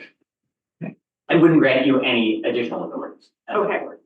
So my question on the timeline was that if we miss the deadline, we're not able to tax in 2025, is there a different process to then tax in 2026? Should we then decide to continue with the service? I understand we couldn't in 2025, but does that shut the service down? My understanding is it just be dormant. Respectfully to the chair, I agree. The service would be dormant the service would be unfunded. Yes. Is the way to look at it. And then it would require some subsequent amendment, whether the removal of the time frame piece or an additional time frame or something like that, in order to then say, we are now taxing this much for this time period. Again. Okay. Or, respectfully through the chair, the establishment of some form of governance. Yeah, through the chair, this would be no different than a service that was reaching its maximum, and if the board chose not to increase the limit on the bylaw, you're capped at that for that current year, but if you decided over the course of the year to then raise the limit on the bylaw through whatever process was available, then the next year you could tax more. Okay. So it really is just the ability to tax, but it has no bearing on the existence of the service. So I've got you, Jacqueline, for the second time. That answers that question. Newell for the first time. Thank you. An engagement timeline. If we did, I do feel like, given that when the service was introduced, there was an indication we would revisit how the residents felt about it. So I feel like that's appropriate to do. What is an appropriate timeline to be able to do that? Respectfully through the chair, this is really Dan Elliott, bailiwick. He's communications and he's very good at these sorts of processes. But given my experience as chief elections officer, running assent votes, AAPs, and those processes, I would say 3 months to get. So it's not. Through the chair, I think I heard Dan shrug or shudder from here. I would say closer to 6 to 8 to get a good bearing, especially with the number of areas that are in there now. I think that it's also because of the fact that you've got area F in it for the first year, area H, I think coming into its second year, there's an inconsistency in terms of what people might see with respect to the service. You've got 3 areas that have had it for 10 years. They're going to have much stronger opinions, maybe perhaps one way or the other, than someone who has been taxed for it once and hasn't even seen a project implemented. because just the way things work. So I think that there's definitely difficulty there. I think that to the chair's question, I think what you should be considering as participants is this a 10-year extension and you're going to look at it at year 8? Or are you doing a 5-year extension and perhaps looking at it year 3 or even shorter, right? You know, is it something where you say, geez, we should have looked at this 2 years ago, so now let's make a shorter time frame so that we can start that review process now as opposed to adding another decade to it? So I do see Dan turned on his video. Can I go to him? Dan, go ahead. Good morning, everybody. Through the chair, yeah, I would agree with CAO Horn in the sense of the timing. 6 to 8 months would be much more realistic in terms of what we're trying to accomplish. Okay, Tom, anything, did you want to say more to that? Yeah, respectfully to the chair, Cunningham. the board should, as or may recall, Kootenai Conservation Fund has already done considerable polling in a lot of these areas, and quite recent, I might add, to gauge support for these services. Not in all of these areas, but I know in H, G, K, and a number of them, which was the initiative to bring these services into the fold. When you're evaluating potential for success or support of the service, it may serve the board to review that information prior to an engagement process. There's no need to sort of reinvent that wheel, I suspect. Okay, so we do have a speakers list. I also have Sangeeta. I've got you on the list. My thoughts are that we would do second reading, but we would also direct that the members get together and discuss this as a committee, which is not formed yet, and we can talk deeper there. So on my list, just checking, I've got Newell, Cunningham, Jackman for the second time, Papa for the second time. And Sangeeta, you wanted to respond now, so go ahead, and then we'll go to Newell. Just to mention that I went through the minutes from the last 2 meetings with the participants on the service, and it was raised by KCP that the 10-year clause was coming up for renewal. So it just hasn't been actioned. And I think at the time, the decision wasn't firm as to what to do with that. And that's why Tom brought this forward now.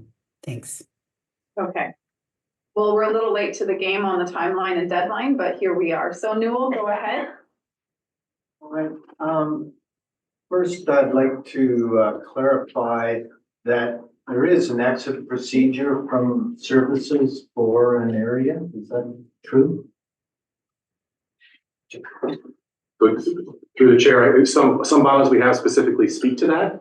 And then there's some bylaws where they don't. So it really defaults to options under the Local Government Act, which is usually how the service was established or how that member joined the service. Right. So my point raising that is that there is a tremendous urgency in regard to things that want to get out. I do think in the to connect my next points, that the fund does poll. Their polling was exactly right in area H to percentage wise, right to their vote, right on, which then allowed area F to assume that their polling was so accurate that it was accurate in area F as well, which was very much in favor of the service and the property taxing of that for that service. So I'm actually caught a bit by surprise that there's any resistance to going forward with this. I read this and I had a rubber stamped it, but of course we haven't started paying yet. So I'm just kind of curious about the conversation that's going on. I would recommend that we do over the next over next year, some kind of feedback to people, let them know what's been happened over the last 10 years and see what kind of feedback we get. But so far, the projects have been overwhelmingly approved, and Area H and Area F joined because it was so successful. So anyway, that's my comments. Cunningham. Thank you, Chair. It occurs though, this is going to be a confusing process with everybody having different 10-year renewal dates. Might there be a possibility to say, can we harmonize them and have a 10-year renewal every year, a year that ended 0 or some such thing that's, in other words, because the people that were over the date or we're getting closer, will be over by the time this is done. This will give us a perfectly good reason, the idea that we're gonna harmonize the renewal dates to look at the thing and do it as a single project, because I thought of looking at how many participants are there? Rather than doing that, it would be, I think, it'd be way easier.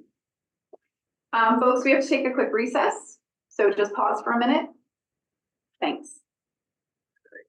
Sorry, I have to deal Recording with that. stopped.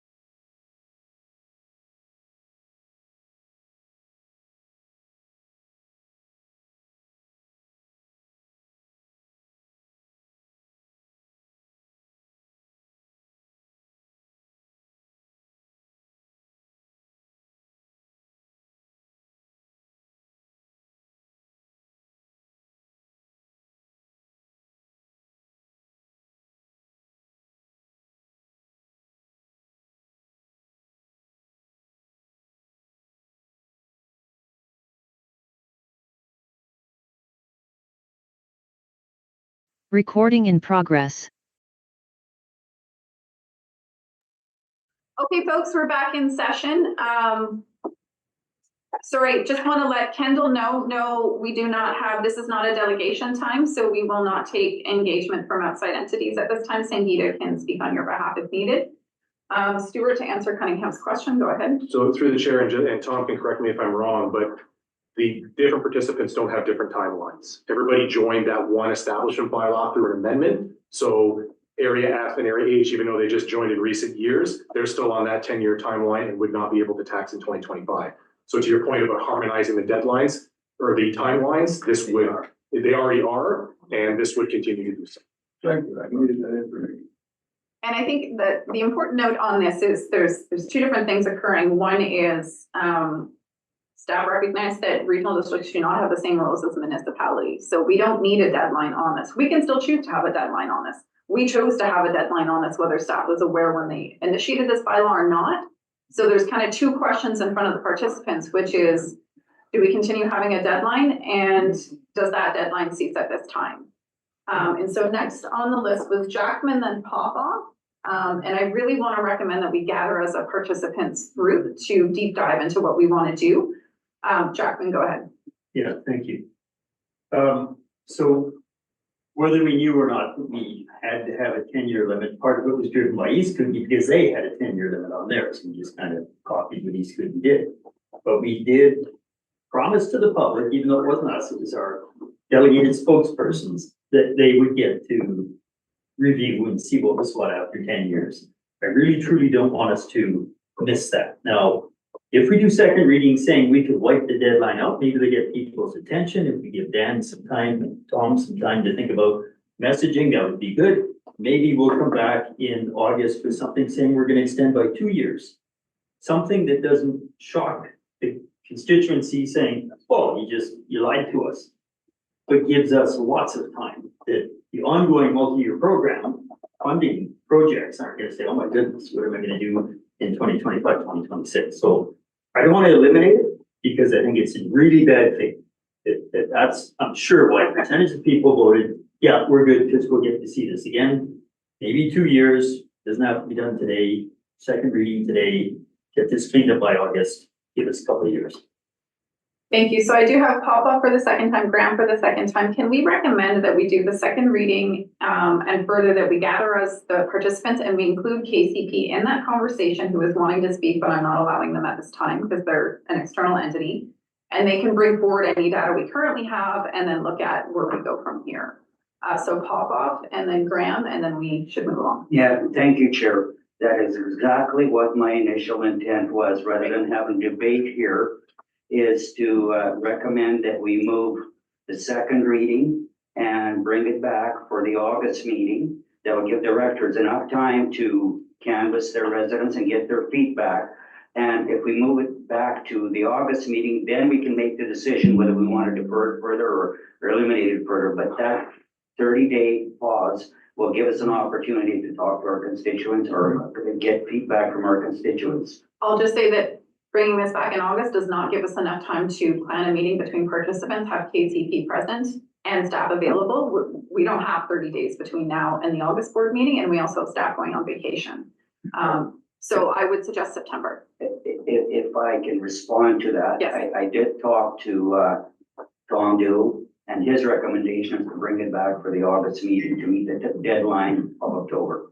We can't do that. I'm sorry. There's no way all the participants are available between now and then. So I'm, Okay, September. go ahead. Respectfully to the chair, it's, we need to get this to the provincial government, by October. If staff can get a bylaw in front of the board no later than the October board meeting, with the board's preferences in it, then at that point, it can be successful. The only reason I really strongly recommended September was to give the board more space, in the event that something should come back and there should be further debate on the matter. But I guess in order to tax successfully for the service in 2025, we will need a decision from the board by October. By October. We need the space for the participants to get together with KCP and our staff, and doing that before August is just not possible. So just being realistic, but move your motion. Yeah, I'd like to move, well, Director Graham has an opportunity to say something before I move. When my motion would be first and second reading and bring it back to the September meeting. And further, I'm gonna add an amendment to it, and you can speak to it because it's only second reading. And further that that staff organize a meeting with participants and the KCP before it comes back to us, so we can make recommendations on what we want to do as a group that's not at this table. Sounds good. Okay? I would second that if that's all appropriate as the motion. And sorry, Christine, did you get all that? Awesome.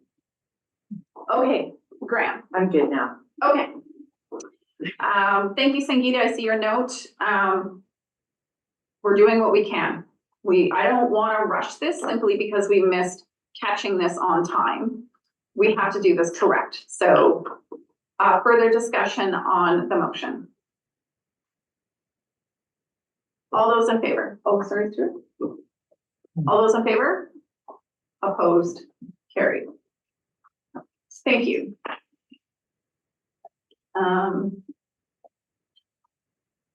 And sorry, folks, I'm jumping back and forth to my email because we have just signed an evacuation order. So sorry if thank you. All right. Bylaw 2964, 2965, OCP and zoning bylaw for Area J. Yeah, hi, can I speak to it first? You sure can. I don't want the rest of the planning department to feel that, or anyone to think that Janet's the only one that deserves kudos. I think our first discussion was around a year ago on this project. Zach was super helpful, and then the file moved to Stephanie, who also did an absolutely excellent job right up to getting it on the agenda for today, which was critical for the project to move forward because of funding deadlines. So it's with great pleasure to move third reading on the recommendation as presented. Second. Thank you, Graham. Discussion. Just want to acknowledge I didn't catch your name. Rebecca. I did catch your name. I forgot it. Sorry. Rebecca is a part of this, and thank you for all of your work. All those in favor? Opposed? Carried. And I move adoption of the second recommendation as presented. Thank you, second. Thank you, Director Main. All those in favor? Opposed? Carried. And on the third reading on the third recommendation as presented. Thank you. This is your zoning amendment. Second. Thank you, McFadden. Discussion. All those in favor? Opposed? Carried. An adoption. And I move adoption of the fourth recommendation as presented. Thank you. Second? Thank you, Jackman. All those in favor? Opposed? Carried. Yay. Yay. Yay. Thanks, Rebecca. Okay, bylaw 2966, public notice, bylaw, Papa. Go ahead. Thank you, Chair. I've read that bylaw. And again, I still have a problem of having first, second, and third reading and adoption at the same meeting without providing the opportunity for directors to make comments on that policy or the bylaw that we're doing. And just a few more words about that is, I understand the efficiency and the cost saving by the report that was put forward, but we do have a couple of newspapers that could be going broke and under if we don't advertise in them. One of them is Valley Voice, and the other one is Pennywise. They do advertising, so my take is do first and second reading, and then come back with a recommendation to the board whether we proceed with adoption, what's there, and possibly maybe a hybrid approach where we advertise in the two papers that do weekly. The reason I singled out those two papers because they go in every mailbox in the area, where the other ones you have to pick them up around town or wherever they are. And the municipalities are slightly different. They have access to their newspapers within their municipalities. The larger ones is what I'm talking about. So I'll open up for debate, but I'd like to move first and second Okay, you can move. at a later date. Okay, so we'll go through the speakers list. I do have Maine McFadden. Oh, McLaren Cohen and McFadden. Okay, Dan, you turned on your video. I see this is your report. Do you want to say anything at this time or go through speakers list? Go ahead. Through the chair, not at this point in time. I guess I'll say one thing, just to give everybody a little bit understanding, better clarification in terms of our advertising budget. Just an example, this year so far, the RDCK has spent just under $100,000 in advertising in 2024. And of that amount, just over 15,000 has been spent on public notices. So in terms of our annual advertising budget, approximately 15 to 20% would be spent on public notices on a yearly basis. So just to help let people understand that we will be still advertising with our local newspapers who we have outstanding relationships with throughout our community. But this is just strictly for the public notices at this point in time. Thank you. Yeah, it was important to clarify that because I myself had that question. This is only related to the public notices required in the LGA. It's not related to general advertising for engagement and whatnot. So we have Maine, McLaren Co, McFadden, and Hewitt. Director Maine. Thank you, Chair.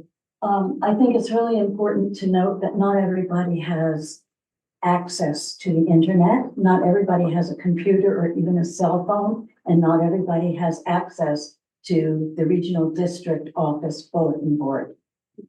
So it is the way that the new bylaw is written is incredibly restrictive and tone deaf to what our constituency actually is.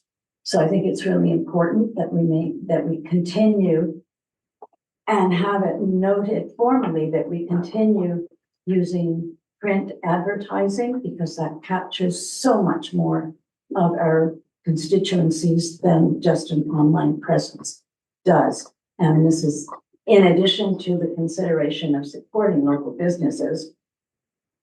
But the main thing is that when we communicate with people, we need to go to where they are. And we need to go to where they are in very robust fashion. So those are my comments. Thank you. Thank you. Dan, if you want to respond at any point, just unmute and indicate so. I'll watch your video as well. McLaren Co. Thank you, Chair. Director Maine took most of my talking points there. I think we need to meet people where they're at. I think it's an equity of access piece for me.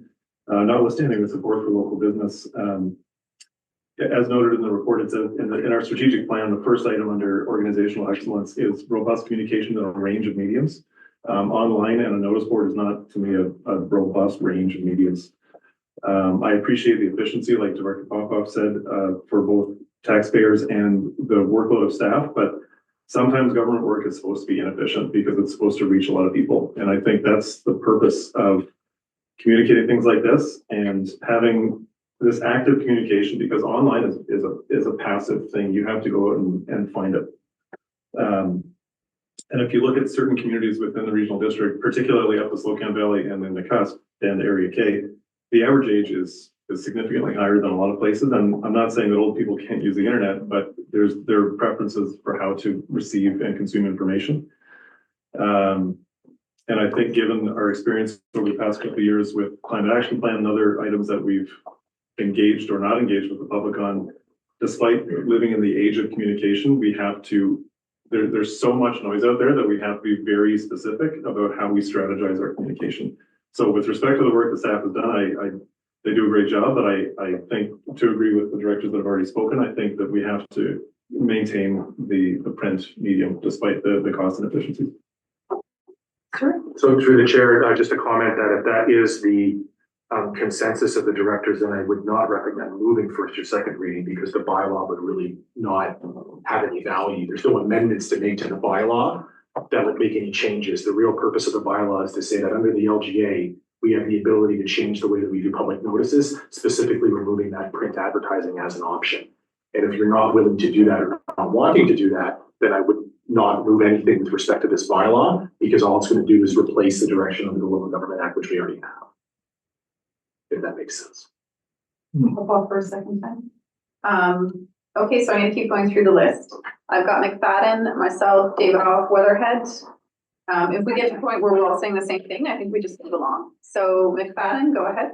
Yeah, thank you to the previous directors. You said things I was not thinking of, to be honest. You look at efficiencies and cost savings there for public notice things. And so I did have a couple questions on the actual public, or what you're proposing. And my concern was that all three mediums that you can see in there are all RDCK centric, and that would be an issue for me, is that there isn't anything you're using that isn't, where someone would have to be attached to the RDCK website, Facebook page, or something. That would be my one concern. My second concern is, are you looking at paid advertisement through our RDCK page, like or are you looking at just posting it on there and it being seen? And then I have a third question, if possible. That'd be a question probably for Dan. Are you looking at paid advertisement through like the RDCK page, or are you looking at just it being passively placed on there? Go ahead, Dan. Thank you, through the chair. Just at this point in time, was looking at having it being placed on there. And in terms of being RDCK centric, that is true.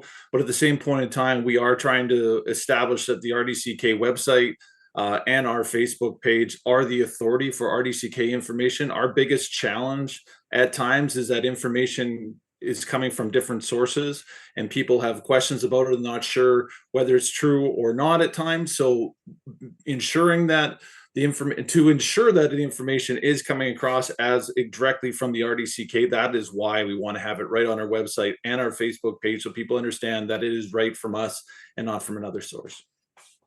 And just before your supplemental, I just want to add to that. I think we're aware, but just in case, public notices under the LGA are very prescriptive. So again, that's what this focus is that we have had a few printed where they're not the way it was. We had to redo it. So it's that specificity.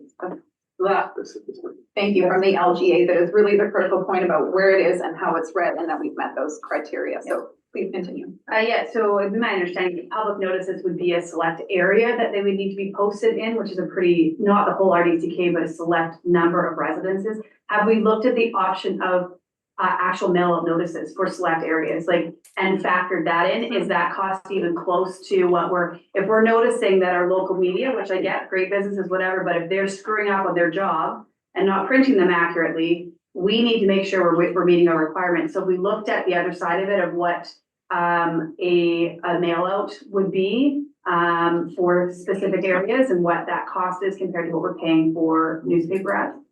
And Dan, 1 second, Stuart's going to respond, and then I'll go to you. Dan, you can fill in where I might be missing on this, but through the chair, I think the biggest problem with mail outs, yes, they are costly.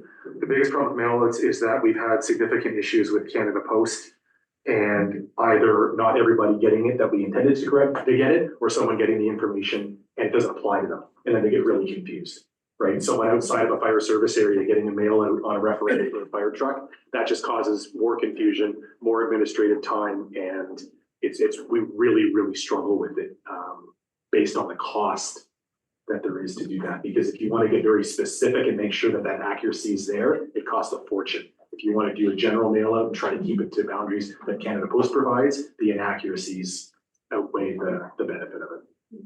I'll just see if Dan has anything to add to that. Yeah, through the chair, yeah, totally, obviously accurate in terms of what CAO Horn has just said with regards to mailers, and we understand that, you know, our residents, everybody loves mailers in the sense that it comes right to their door and it is right there for them. But in terms of the cost, it's just not realistic in terms of the pricing that goes with it. It's quite expensive in terms of dealing with that. And we have done them through some of our sent votes.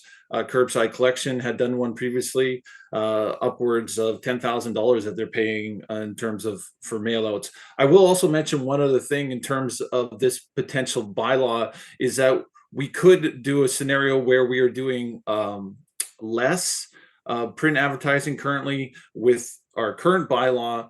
The scenario is that we have to advertise for 2 straight weeks in a publication, but we could change that or have an amendment, obviously not an amendment, but if we create a new bylaw that we have it just as 1 week running in a print newspaper as an option as well.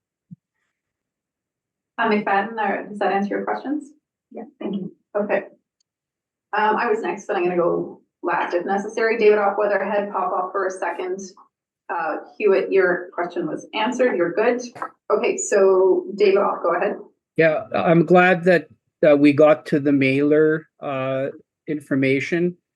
If I want my constituents to know something, they've told me for 15 years, do a mailer.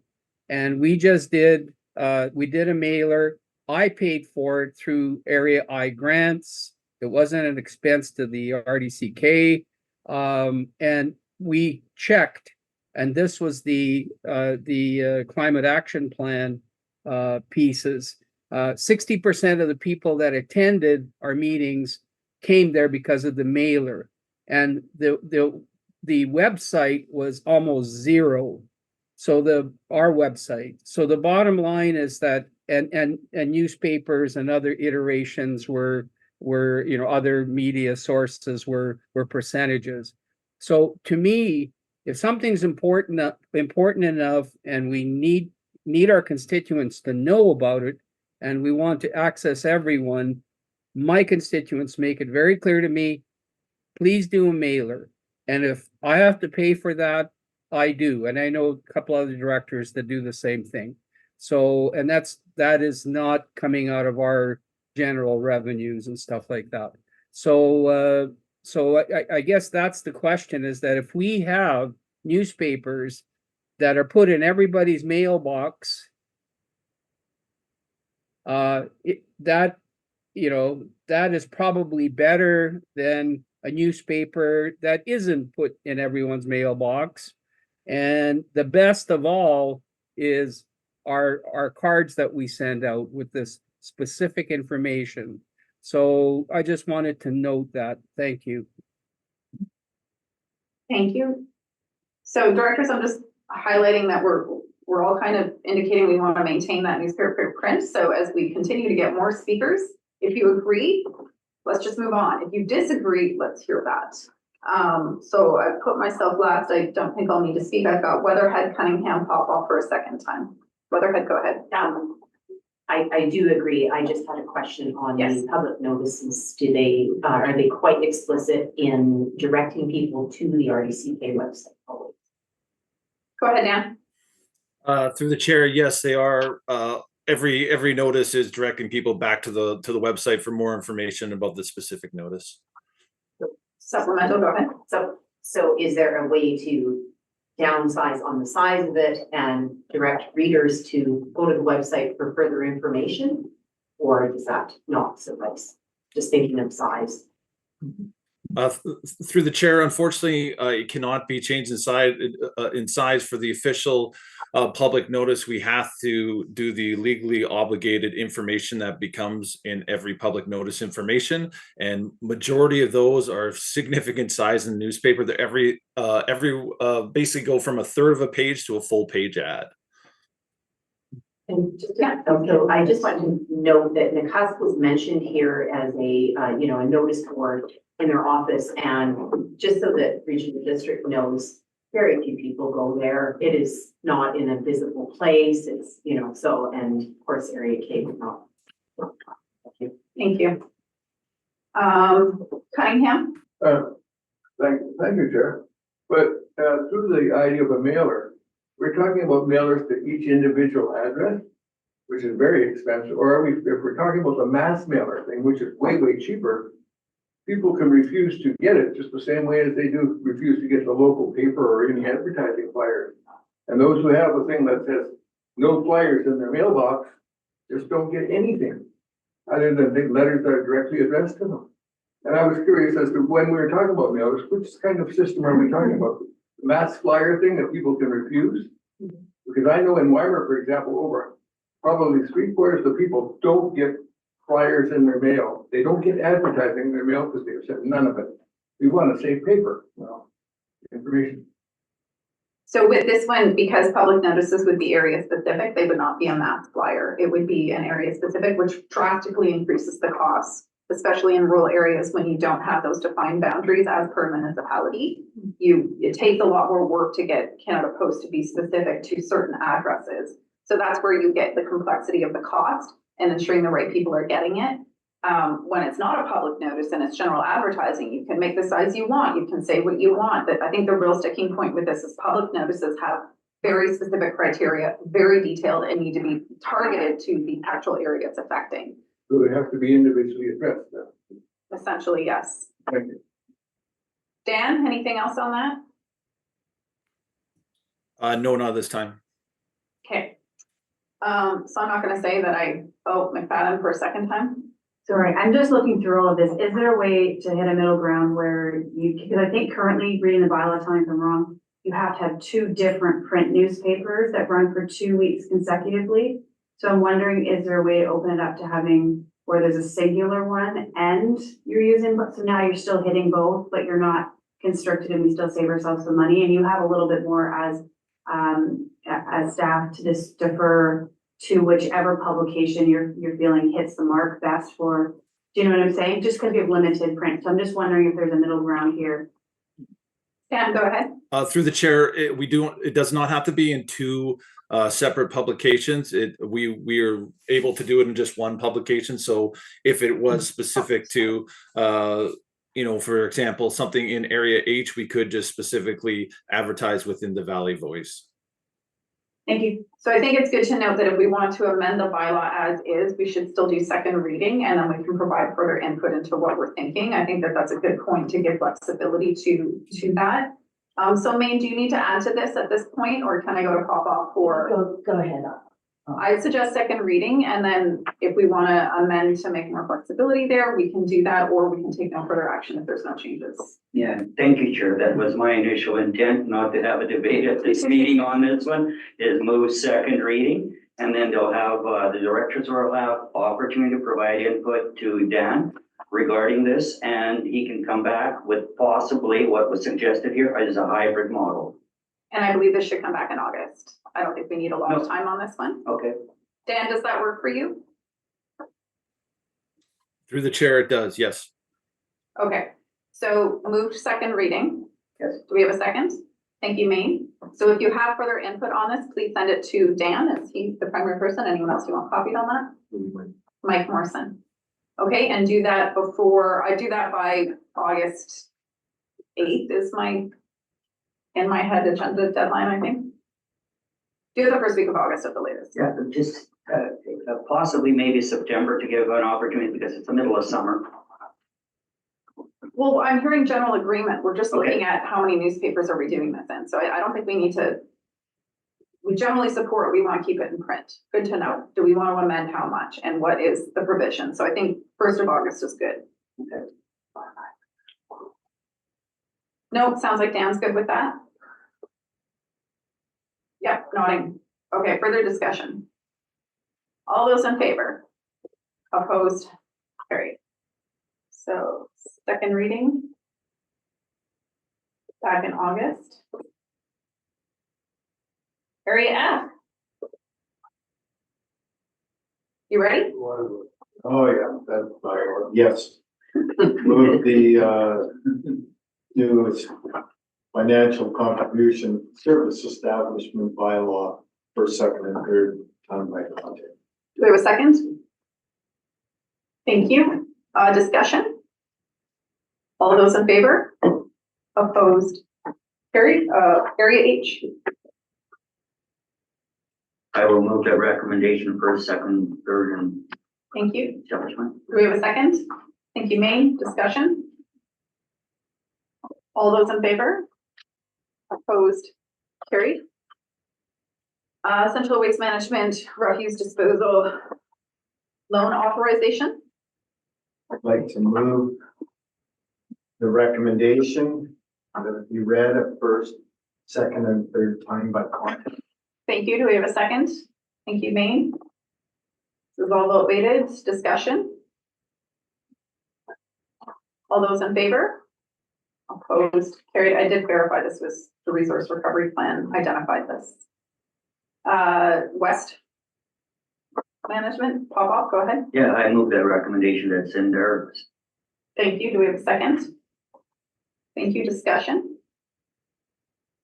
All those in favor? Opposed? Carried. So item 8.10, we'll bring this back in August. So that's just letting you know.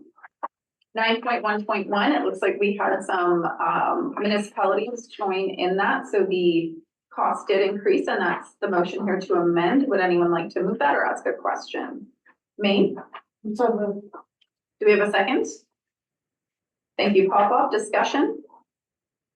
Yes, Lockwood.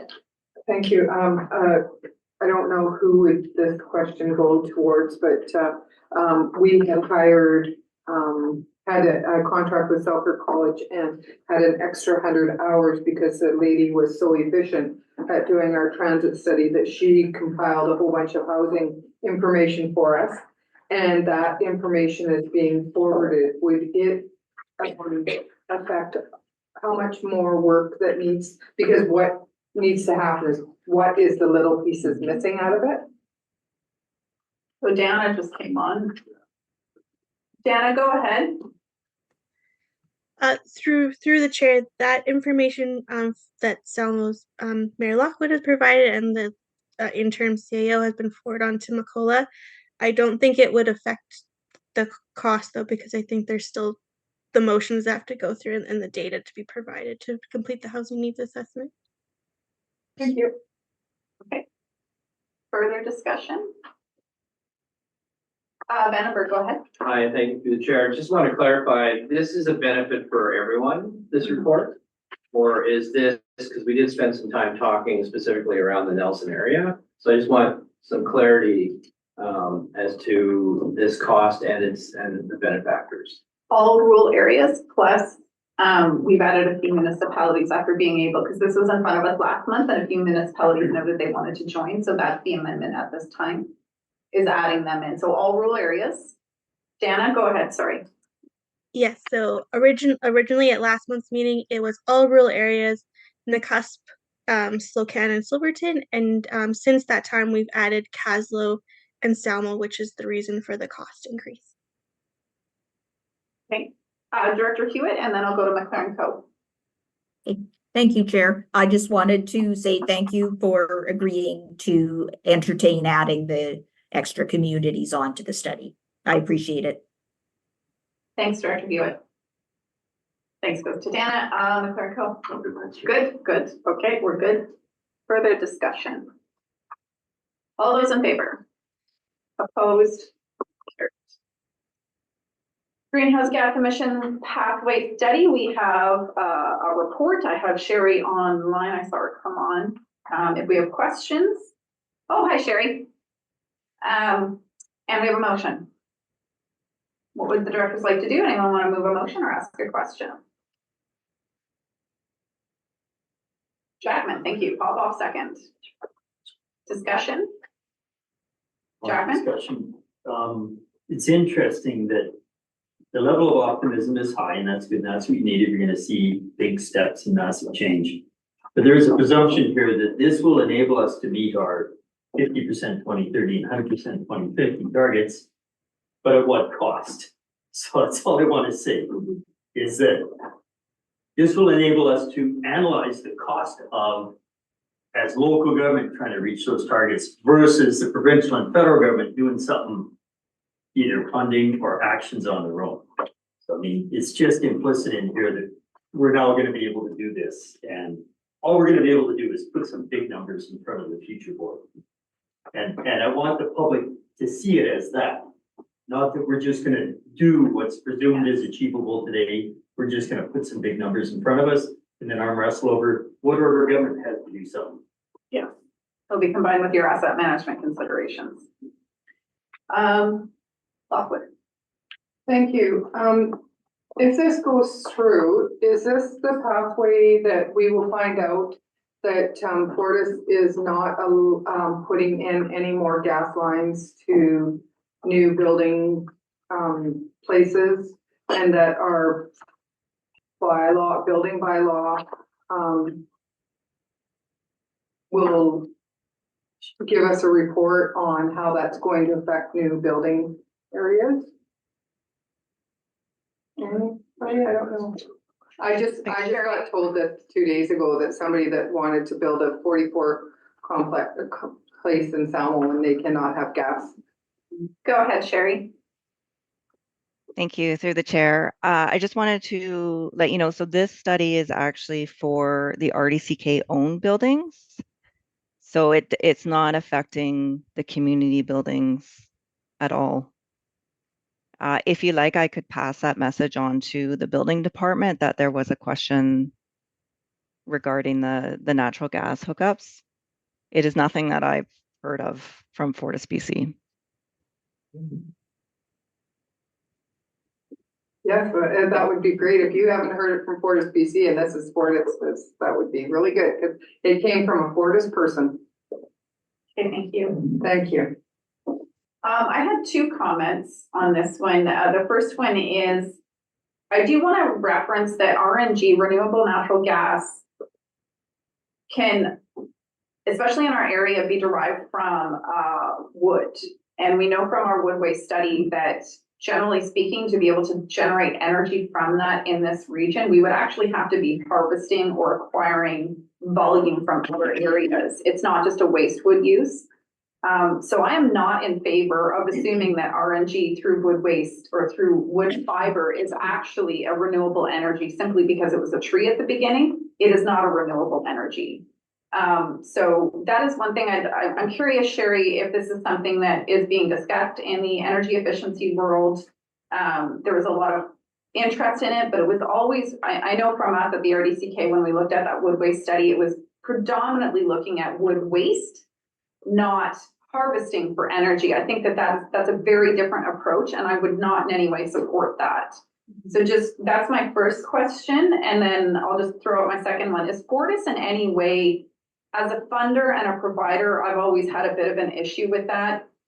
I know that they're trying to do their best to be energy efficient, but are they guiding the results in any way, or do they get involved in those results? So those are my two questions. Okay, thank you for those, Chair Watson.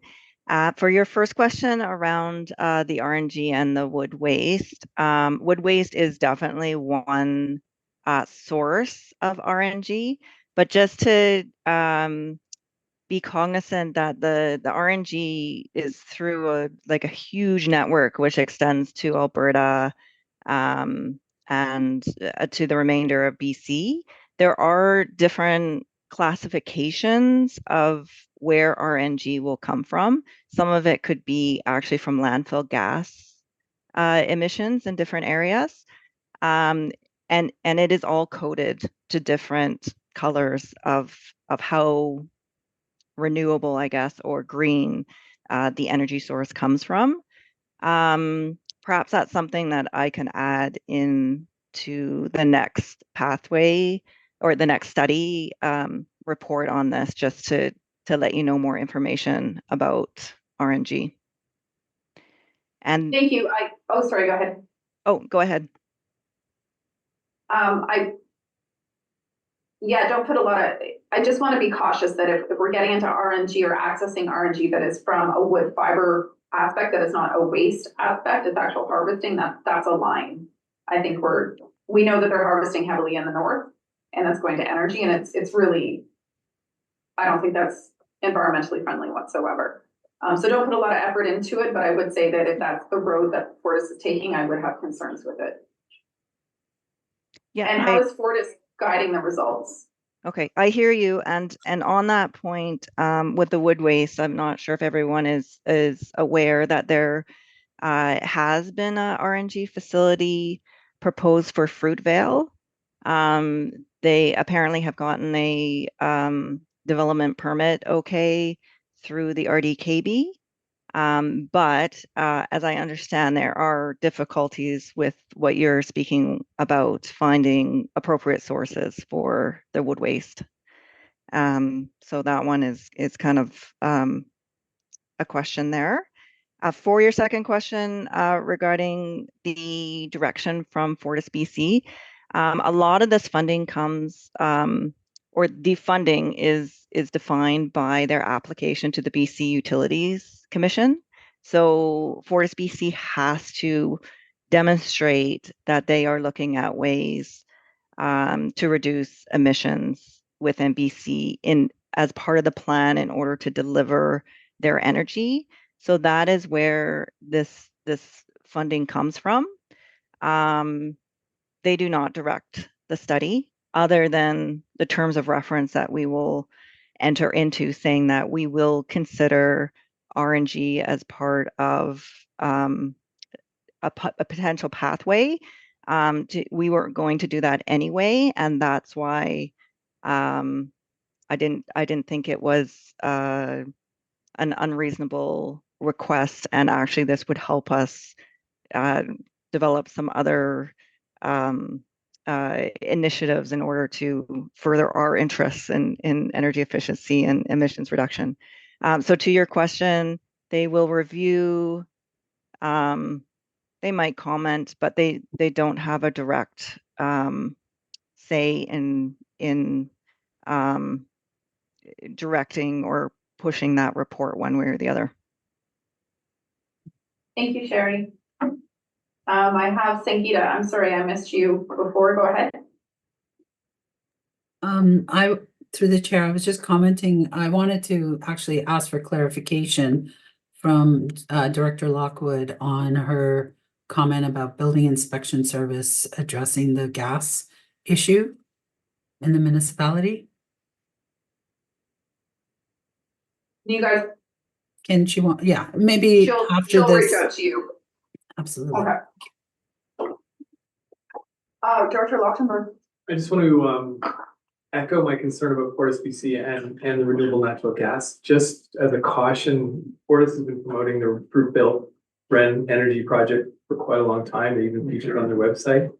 And it is, I'll say, very questionable project that is in a very loose state of development. So just be aware of that. Thank you. Our wood waste study identified quite a few years ago the notion that the volumes in this area from a waste wood would never be sufficient enough. So that's where my comments are coming from. Okay, I see no further discussion. Oh, Vandenberg, go ahead. I've been listening very closely to this, and I've been taking a lot of time to understand this, and going back to the report given to us in February of 2023, I get a sense that we should have reached some conclusions, and what we're being asked for today is to add on to. And I'm not clear as to where we're going to end up and how long this is going to continue. Regardless of free money, or there is no such thing as free money or grant money. It's all the same money. I'm a little bit a little bit concerned that we're continuing on something when I read the report back in February 23, we're supposed to be able to discuss something. But we're not there. We're being asked to add on or continue the pilot or continue the work. And so I'm a little bit hesitant in approving this until, yes, there is talk of putting together a workshop for us to review, but I think we need to be doing that now before we start approving any more money on this, so we know where we're going and is it reasonable that the goal we're trying to achieve is achievable. We've got a lot of that dynamics that are happening now provincially and federally, and there could be some major policy changes. And so I'm not comfortable with approving anything going forward until we understand what we've done. And from what we've done, we're comfortable with an appropriate direction that has measurables that we can attach to it.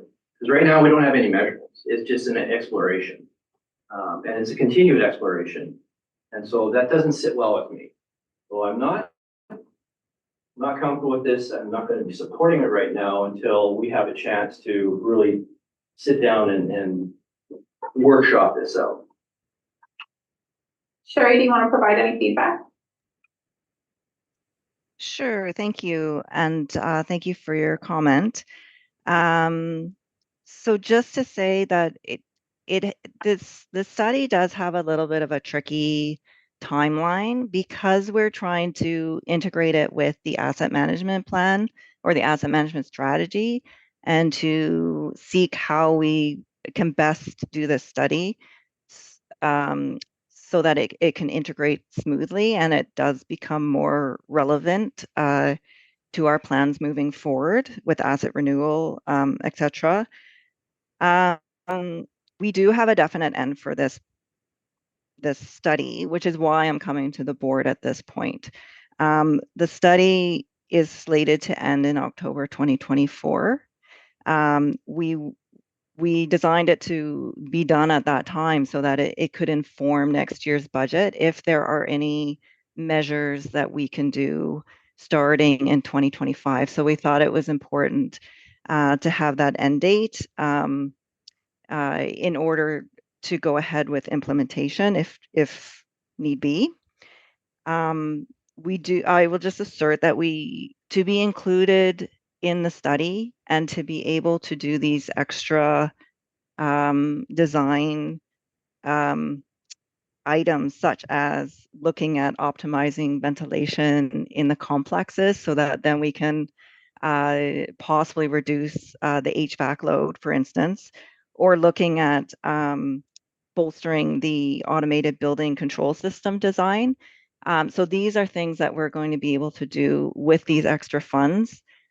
I would say that it would be good if the board was able to make a decision now so that we could include these in the studies.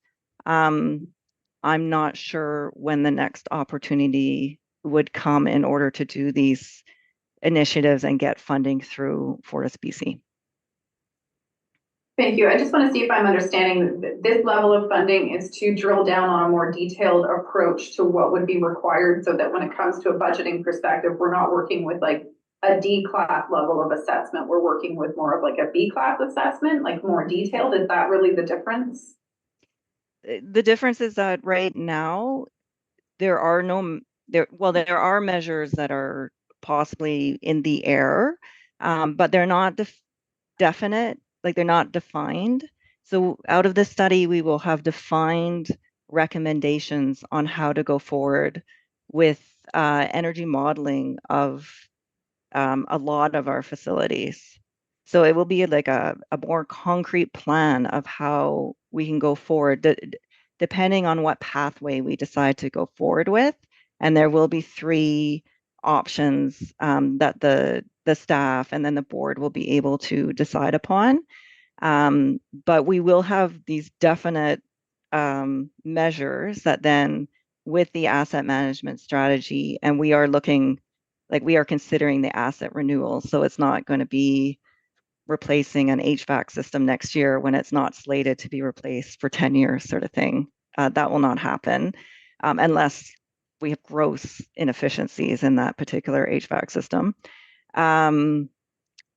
But yes, we will have you'll be able to see the return on investment of specific measures. And from there, we will pull it together and be able to more define the path forward, if that makes sense, for each facility.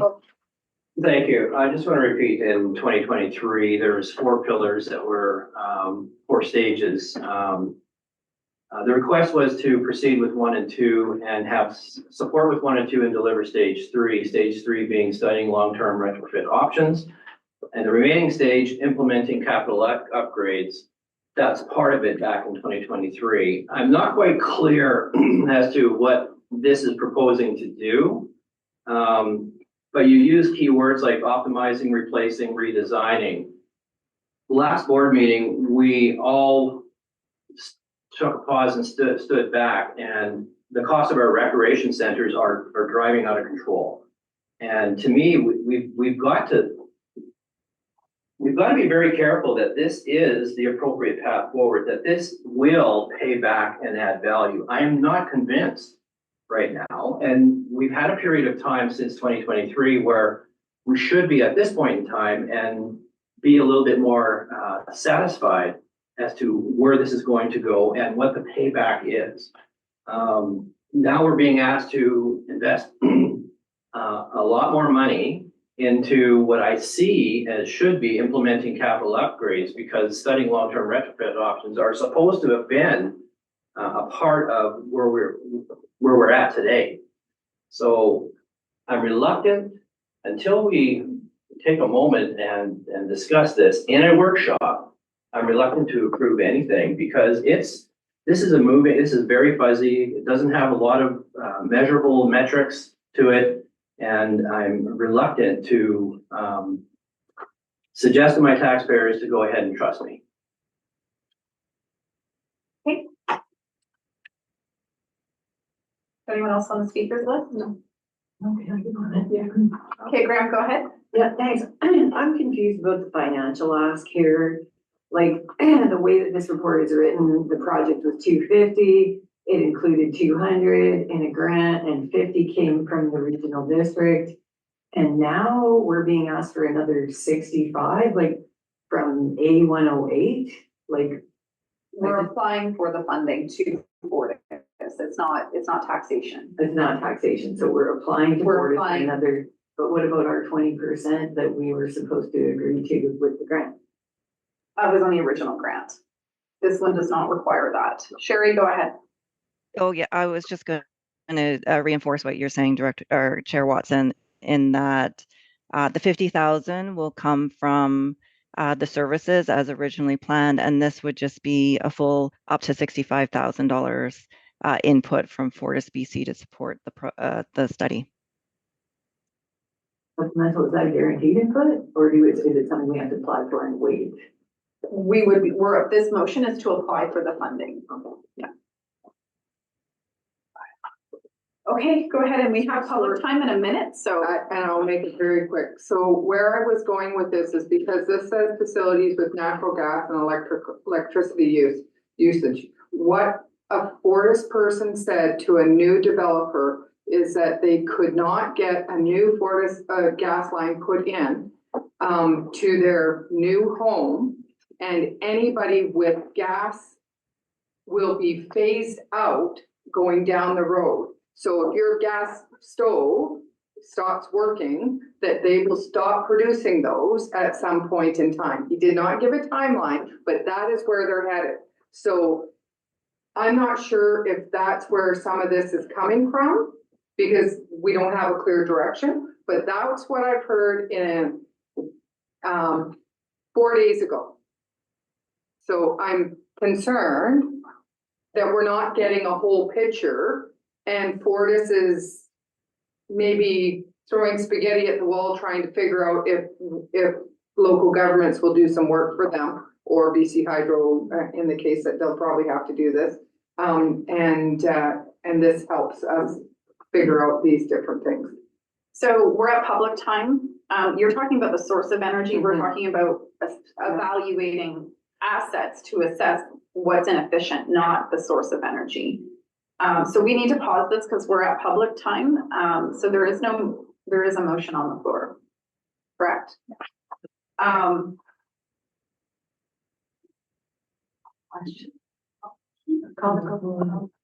Well, we have two more speakers and I can't continue speaking. We need to go to public time. So either call the question or refer it to after lunch. Call the question. Call the question. All those in favor? You have to have a vote on that. That's right. Voting on the question. Voting on whether to call the question, correct? Yes. That's right. Suspend debate. So we're suspending debate. All those in favor of calling the question, 2/3. Those opposed? 1, 2, 3. Sorry, online, was anybody opposed to calling the question? Okay, so 3 out of 19. We have one director not here. No, we have 5 here. Okay, so that passes. All those in favor? Opposed? Vandenberg, Lockwood, recorded? Yes, please. Okay, you got that, Christine? Yeah. Okay. All right, so we're at public time. We don't have any members of the public in the room anymore. So those online that would like to ask a question, if you can put your hand up and then I'll go in order. Friendly reminder for those who haven't been here before, you have a maximum of 2 minutes and if you can focus on a question. So would anybody like to ask a question?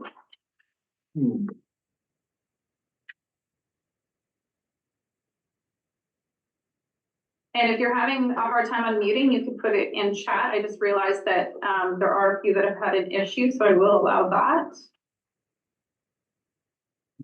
Just give it a second.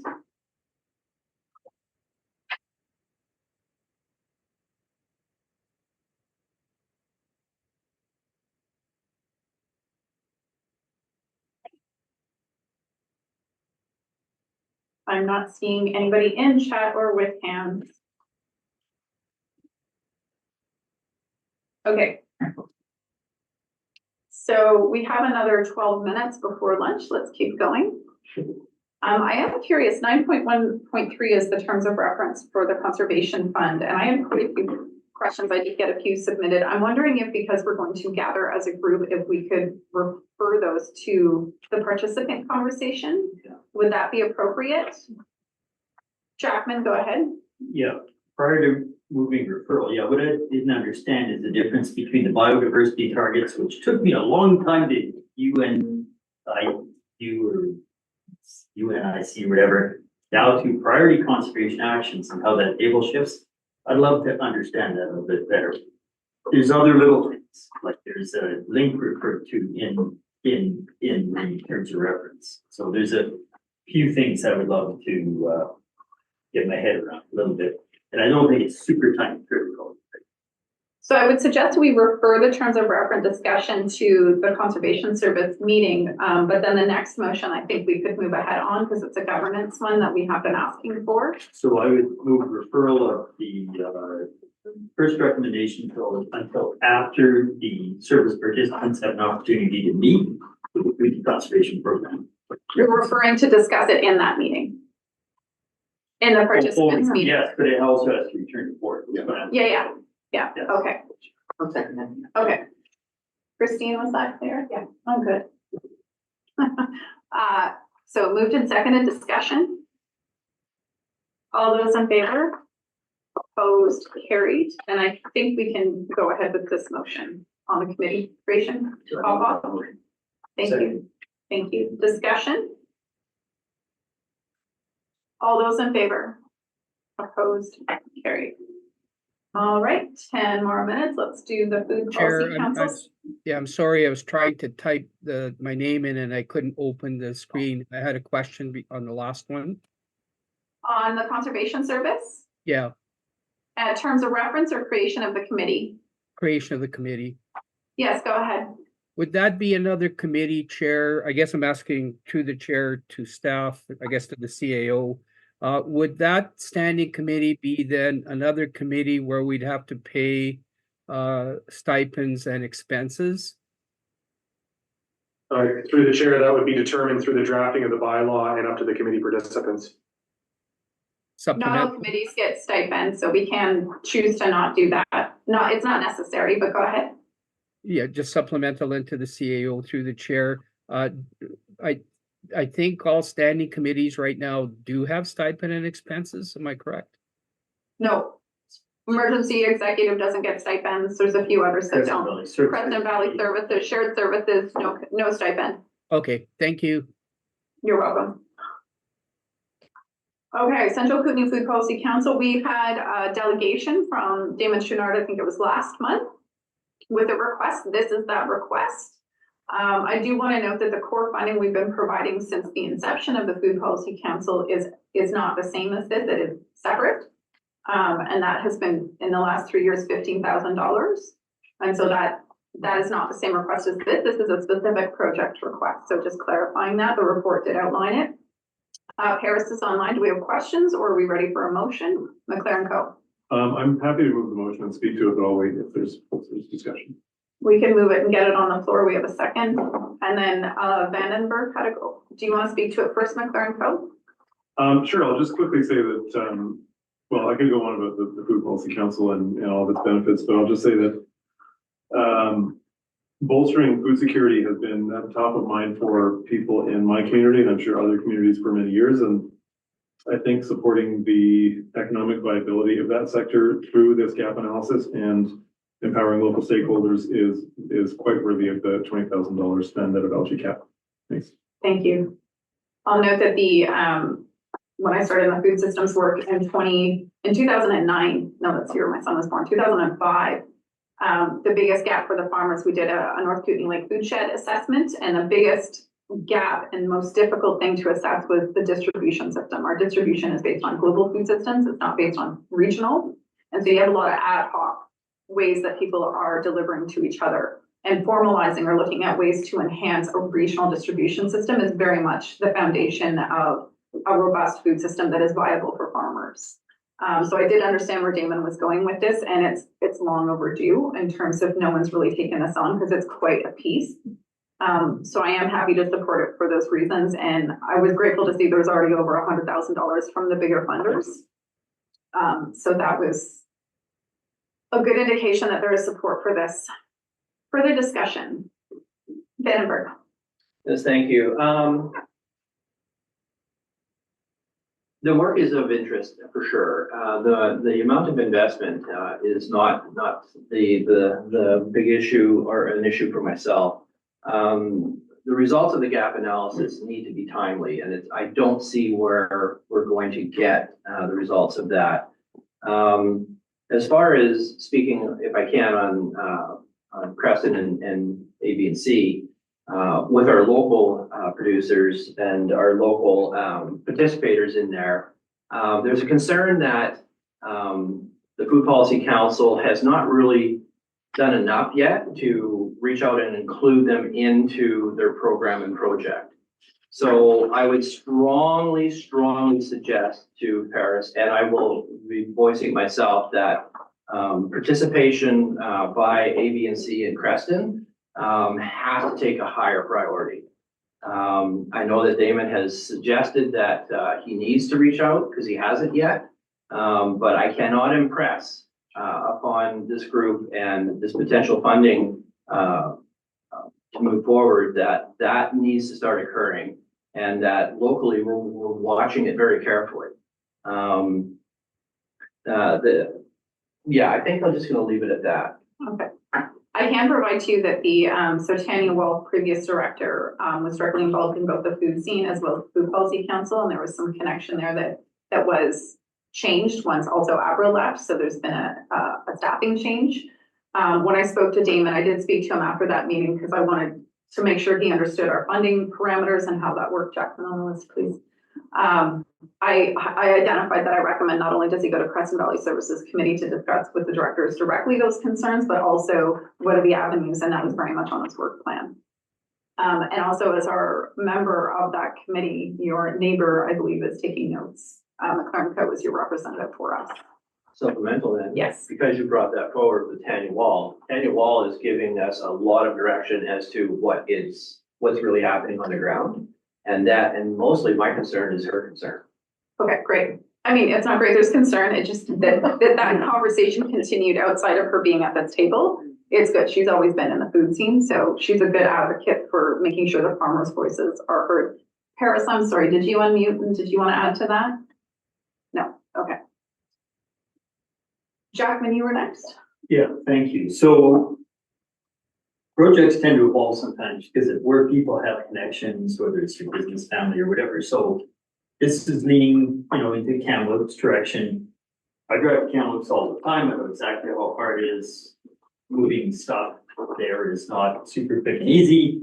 And I drive through the Okanagan frequently, is mostly North Okanagan. And I would have to say they are terraforming farmland to increase productivity.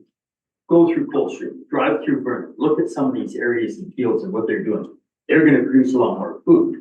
And they're going to be what sells to Kamloops. And what else is going on in the Okanagan waterwise, I'm not sure. I do know that some of the people in the Crescent Valley in that cluster have targeted Calgary, Lethbridge, Edmonton. I can get from Creston to Calgary a whole lot faster than I can get from Creston to Kamloops, just saying, by a difference of 2 or 3 hours. So there needs to be parallel thought put into, both for this regional district, Kootenay Boundary and East Kootenay, about the millions of people who can't grow what we can grow, but will pay the extra dollars for it. All the way up to Edmonton, because David, and one of the producers, that was his marketing direction. Edmonton, they would buy whatever he could get there. It's not hard to get there. So that is part of the important thing. If we build connectivity and transportation networks to somewhere where they won't pay our farmers that little bit extra that's required to keep the small scale farm in business, meeting all the expenses, because they take it for granted to get it as cheaper from Vernon or maybe a little cheaper, we will just be building access to the market that doesn't value us as highly. Whereas if you build the connectivity to the market that knows they can't grow what we can grow and they will pay the extra buck, that's what our farmers need. They need an extra $1 per pound for carrots. They need an extra 50 cents for this or that. So I really hope that we will encourage the Food Policy Council to look at that other direction. Millions, 1.5 million in Greater Calgary, 1 million plus in Edmonton. Lethbridge is so close to the Crescent Valley, it almost hurts. And it's too dry, and too cold comparatively to grow anything near what you can do. So we need to be more open-minded. Absolutely. The bioregional food system approach is a lot of the geoclimatic aspects to where things grow, what's accessible. And one of the things that almost works against this region was that we were designed around an agricultural scene that didn't. We had all these storage stuff and boats and trains, and then we changed all that and put roads in. And so we're working with an inefficient system to the actual geoclimatic opportunities for food growing. And that's, I'll stop there. What I would suggest is that not only does McLaren Co. take notes on what you're suggesting, but I don't think there's anything preventing you speaking directly with Damon over your thoughts and ideas. And also Paris, I believe, can take notes. So there's a couple different avenues, very, very important. I think this is the kind of stuff, especially because we have folks that are really in the food scene that are at this table as well, that providing that input. Damon was really receptive to hearing all the different things, and he's still catching up to, there was a big gap between Abra and Damon where there was somebody who was unable to do a lot of this work. So that gap is kind of part of the catch up. So McLaren Co., you took notes, I hope. Thank you very much. No one else on the speakers list. All those in favor? Opposed? Carried. 12 o'clock on the dot. See you after lunch. Thanks, everybody. There's a secret people. Yeah. Shoot. CEO, is there, rooms occupied? I took that for granted. I appreciate the heads up. I took it for granted. I didn't tag you yesterday. Thanks to those online. See you at 1. Recording stopped.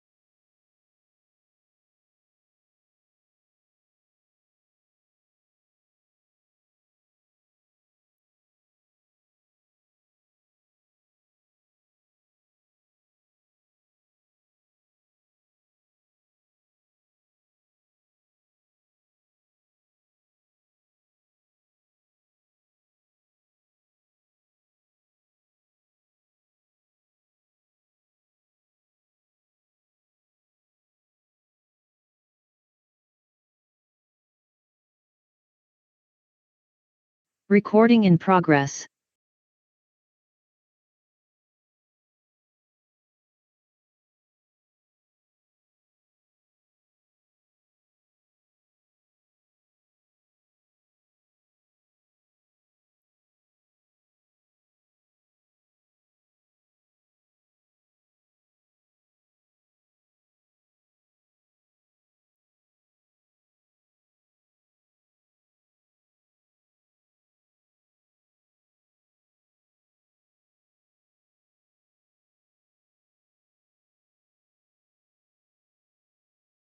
Recording stopped. Recording in progress.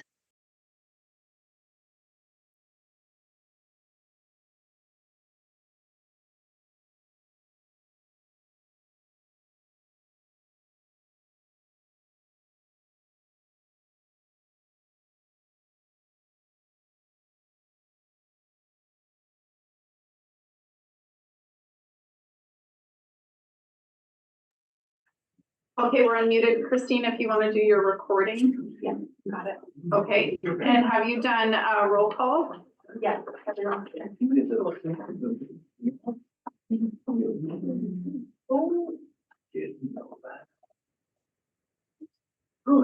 Ours come over the ridge. Now it's in our backyard. Okay. All right, let's just check sound. Director Davidoff, can you hear us? Yes, Chair, can you hear me okay? Yes. Okay, Thank you. Director Hewitt, you're good? I'm all good, thank you. Okay. And we know Director Fike is there. He had some sound issues. Can you hear us right now, Director Fike? I know you can message me, so I'll watch for that as well. Okay, we landed at 9.1.5 State of Climate Action. This is Receive for Information. We've been doing this one for several years to give you the data on where we're at and our commitments. Paris is online. I don't want to enter a deep discussion on this one. You can always ask questions. Vandenberg and then Graham. Thank you, through the chair, directed to Paris. So when I look at the report, the second attachment, the scorings and whatnot, which is really great. It's entitled 2023 update. Is that then, do I read that correctly? It's up until the end of 2023, so the first 2 quarters of 2024 are not reflected? Yes, thank you, through the chair. It is, yeah. So we do it on the annual calendar. So it's for 2023, and then now we're working on 2024. Okay, thank you. Dr. Graham. Thank you. So I was gonna ask a similar question. So, and just so I can understand the scoring, does it then start over in 2024? Like everything would go back to like 0 and we're just tracking the progress for just the items in this calendar year? Is that how this works? Great question. It is specific project by project, but yes, it is done on what's been accomplished in that calendar year. And so, for example, if there were, so for example, the Fire Smart assessments, those are calculated on an individual basis. So what the number of Fire Smart assessments that were completed in one particular year. We are doing a more comprehensive report for 2024. And that will include looking back at the last 4 years and drawing trends. And so we'll start to see how we are progressing over the last 4 years. And my apologies, through the chair. Yes. I'm reading this report and I'm seeing member municipalities. So maybe a good question to be like, is who are the municipalities who do not participate in this? If there are any. It's all. It's all. Yeah, it's due to climate action across the RDCK, so it's not specific to like the sustainability service. Member municipalities are online that are members of this board. So it's all municipalities. Okay, Yeah. just one more question if I can. One idea or just a thought that came to my mind here, and I don't know what the other directors may feel about this, but I'm just wondering if this would be something that should maybe be discussed at the CSLAC meetings where we have more time to go into some detailed discussions, even though not all the municipalities are there, but at least the area directors are there, we could actually get into some more. It was just a thought and a consideration for CSLAC. yeah, I'll let staff, if they want to respond to that, and then. Thank you. Through the chair, we'd be happy to bring it to CSLAC for the August meeting. We could also bring a draft of the 2024, or at least the 2024 SOCA report, which would be more comprehensive, to the CSLAC meeting as well for discussion, if that's the direction of the board. I think it definitely merits a good point in that committees get to have those discussions. What occurs is that because you don't have all members participating in, we moved a lot of the climate change stuff into a general admin, but it does mean we gap on that discussion piece. So I think a happy medium at this point, short of all those not participating in sustainability, joining sustainability, which you're all welcome to do, is to ensure that when we have those meetings that everybody gets a copy of the agenda, and any other EAs or municipalities that are part of the service can still join the conversation. So I would suggest, like similar to what we do with rural affairs, when there's an item there that might be important to a municipality, we ensure they're invited to those meetings. So we can do that at the minimum. Long term, everybody should join. We're all doing this for everybody. Maine? Yeah, I think that would be, what you just proposed would be a good model to use for this conversation, and we could certainly let everybody know and invite everybody to attend the meeting for that particular discussion and entice them to join. Thank you, Director Hewitt. Thank you through the chair to Harris. So this report is just a snapshot of 2023. Will 2024 encompass everything from when we started doing the reporting and measure it against where we want to be, according to the targets that were set? Because I think that, you know, it's great that we're making annual progress, but I think it would be good to know where we are. You know, how far down the road are we? How far are we from our actually stated goals for climate action? Yes, thank you through the chair. Yes, I will. So we began this reporting in 2019. We're going to be working from 2020 to 2024, but looking at the the emissions data was based off of 2018. That's about the time lag that comes out of the province for the reporting data. And so in this year, we'll be looking at 2022 data. And so again, the 2018 to 2022, and we'll be able to provide that forecasting. Where have we, based on our initial projections, where are we to date, based on our current emissions, what do we need to amplify, what do we, and how do we reorganize our ambition in terms of actions. So yeah, again, yes, as you said, it's a snapshot. So it also will include all the indicators that we are collecting data on. Okay. All right, and I will encourage directors, again, anytime you see these reports, especially received as information, if you have questions between now and the committee, you can always send those into staff. You can always engage staff on these items and dive deeper into them, and then you're never prohibited from doing that. All right, so receive for information, we'll talk about it more at CSLAC. We'll invite everybody else to join.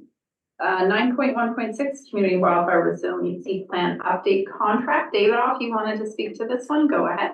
Yes, I noticed areas D, E, F, and I weren't included in this report. So my assumption is, I know area I had its report completed.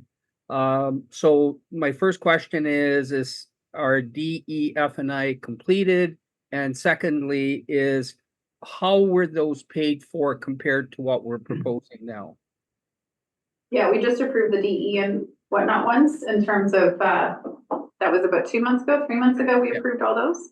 How they were paid, I'll go to. Yeah, through the chair, I have to look back just to confirm, Director Davidoff. I don't have that handy, unless Sangeeta does know, but I know that Dan and Nora are currently working in EOC and they're unavailable right now. And they were, I can tell you, they were grant funded with CRI as well. Sangeeta, go ahead. Yeah, through the chair, I believe that's what happened is we got grant funding through CRI, and that those reports, I believe, came in, but we're working on editing them and working with the consultant on them, from what I understand. Okay, thank you. And that answers your question, Director Davidoff? Yes, Chair, thank you. Okay. Further pop off, go ahead. Yeah, thank you, Chair. I guess Nora and Dan are not around, so I don't know who can answer this question. Is at the last time our community wildfire resiliency plans were done, I had a call from CIFCO, which is a community forest in the Slocan Valley. Why were they not included in the planning process? Through the chair, I don't know the answer to that one off the top of my head. I know that we've been in consultation with CIFCO in the past around working in Slocan Valley, but I don't know at what point during that process we were. Yeah, supplemental on that. I know they did some work in around New Denver and Silverton, but they were concerned about Area H. Why were they not given the opportunity to be part of that contract? So maybe you can forward that to Nora or Dan and have them respond to me by email so I can, if comes up from CIFCO again, I can respond to them. So through the chair, was that around actually doing CWRP plans, or was it about implementing and doing actual wildfire mitigation work? Both. Okay. I would suggest, Director Popoff, you send that question to staff and copy Stuart so that you're clear on what you're asking. Okay. Sorry, Dan and Nora are both in the EOC right now, so we don't have the ability to answer that, but it's better if it comes from you because you just clarified a specific that's important to come from you and just copy Stuart on it. Thank you. Would anyone like to move a motion? So, thank you. Do we have a second? Thank you. Further discussion? Vandenberg, go ahead. Yes, so we had this work done between 2015 and 2019. The report that was produced suggests there's a number of things that ought to be worked on. This is now an ask to update, I believe, that planning at a cost of $128,000. But what's missing here is scope and the measurables, because there are some carryover action items from the initial 2015-2019 report, which is quite clearly evident. And so how are these two going to complement each other and not duplicate each other so that there's actually a pathway, an obvious pathway forward? This report does not talk about building on the learnings from the previous and then adding to. It doesn't talk about the scope and the measurables to watch for. So I'm kind of at a loss at $128,000. I would expect to have that type of information.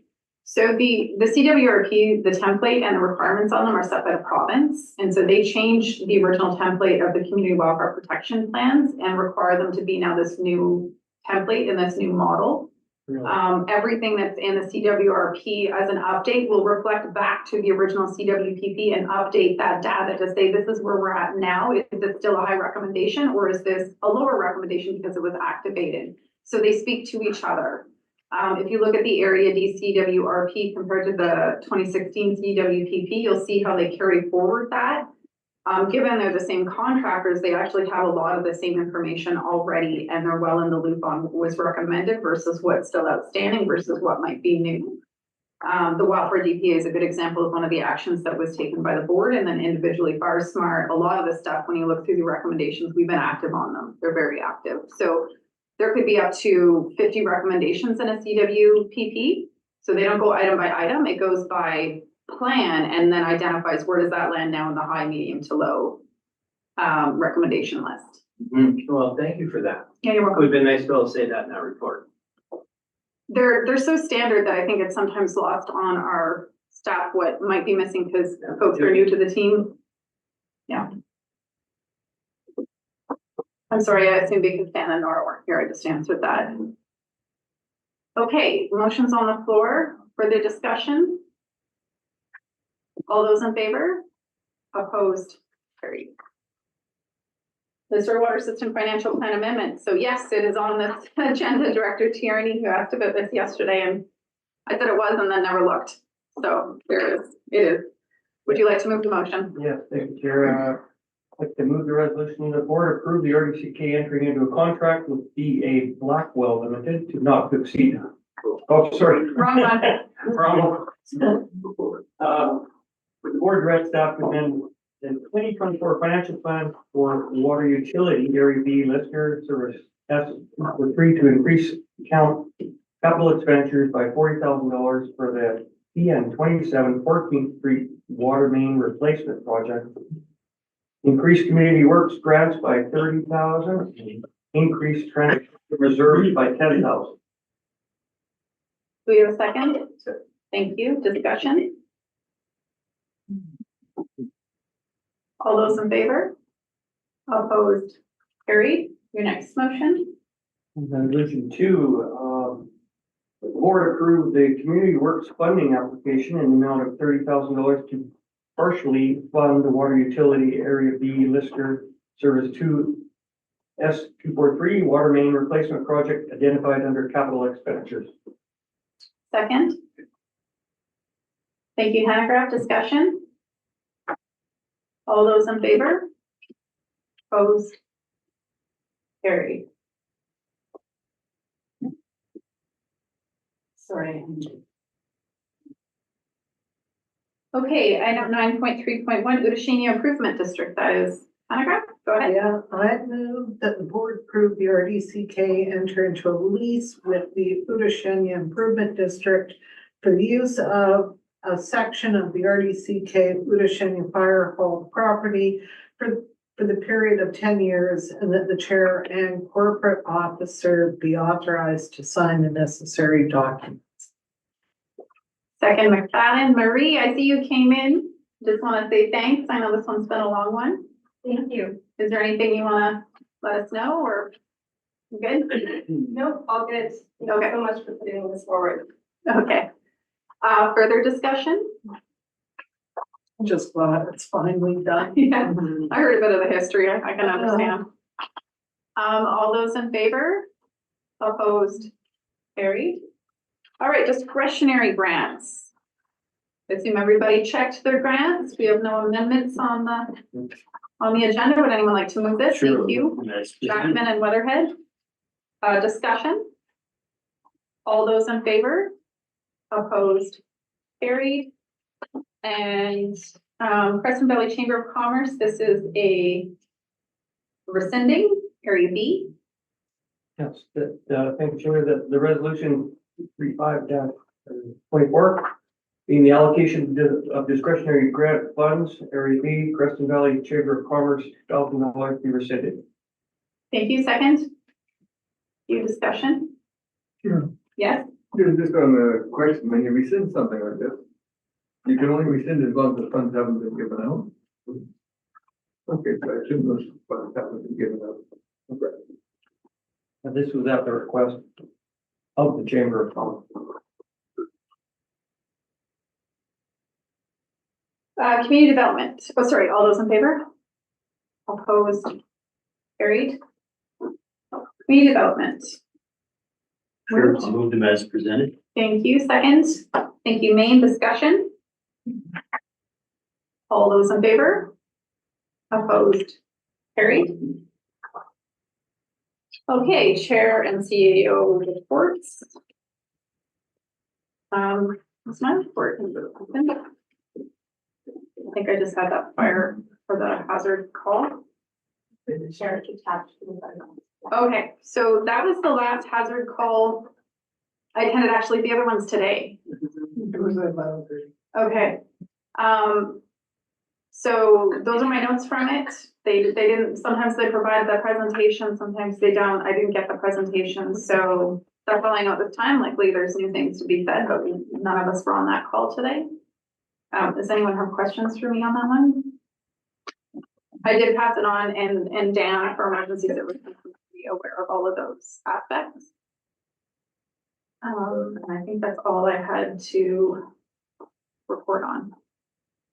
Oh, I did have a conversation I had mentioned with the Food Policy Council item. I did speak with Damon Chouinard to follow up just to understand the CFLAC funding, how it moved into general admin, the history. So it's the only other kind of meeting I had as chair on behalf of the board was just to walk through our budget cycle, how that works, other funding opportunities. I talked to him about agricultural supports, things like that. So just gave him some guidance. That was it. Stuart. EOC is activated. Welcome to summer.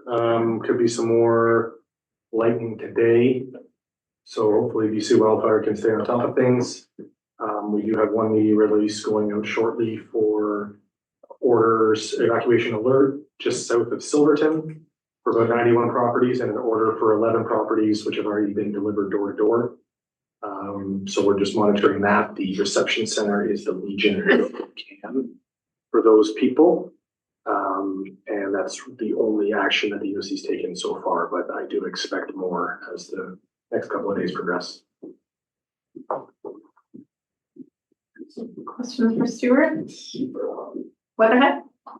When those types of things happen, they do with the highways running through. Through the chair right now, the highway's fine. The highway's open. There's no restriction there. I understand that for you. I understand they're closing it at 3. We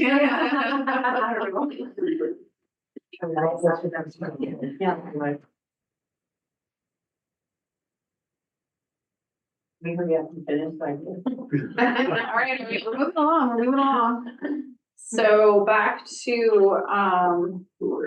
Rule affairs. Thank you. Go ahead, Director Jackman. Great, thank you. It's only 5 items this time. Again, fairly items to come to the board. As always, we are open on land use applications, various issues, to receive delegations, to speak to their application or their situation. This, yesterday morning, we had 2 delegates, the owner, Judith Levinson, the one that was under item 7.1 courts, the third one in here. We had the representative from, on behalf of Telus, Chad Bartlett, from Cypress Lands that spoke to the next item, the 4th item on your 4th resolution. So the 5, I think, are easier just done one at a time quickly. First one, rising from committee item 7.1, building bylaw contravention, Diener, electoral area J. I move that the board approve issuance of the development variance permit B2403J as described in that property, subject to the existing vegetation tree, coniferous trees being retained. So moved. Second, Hanegraaff. Thank you. Discussion. All those in favor?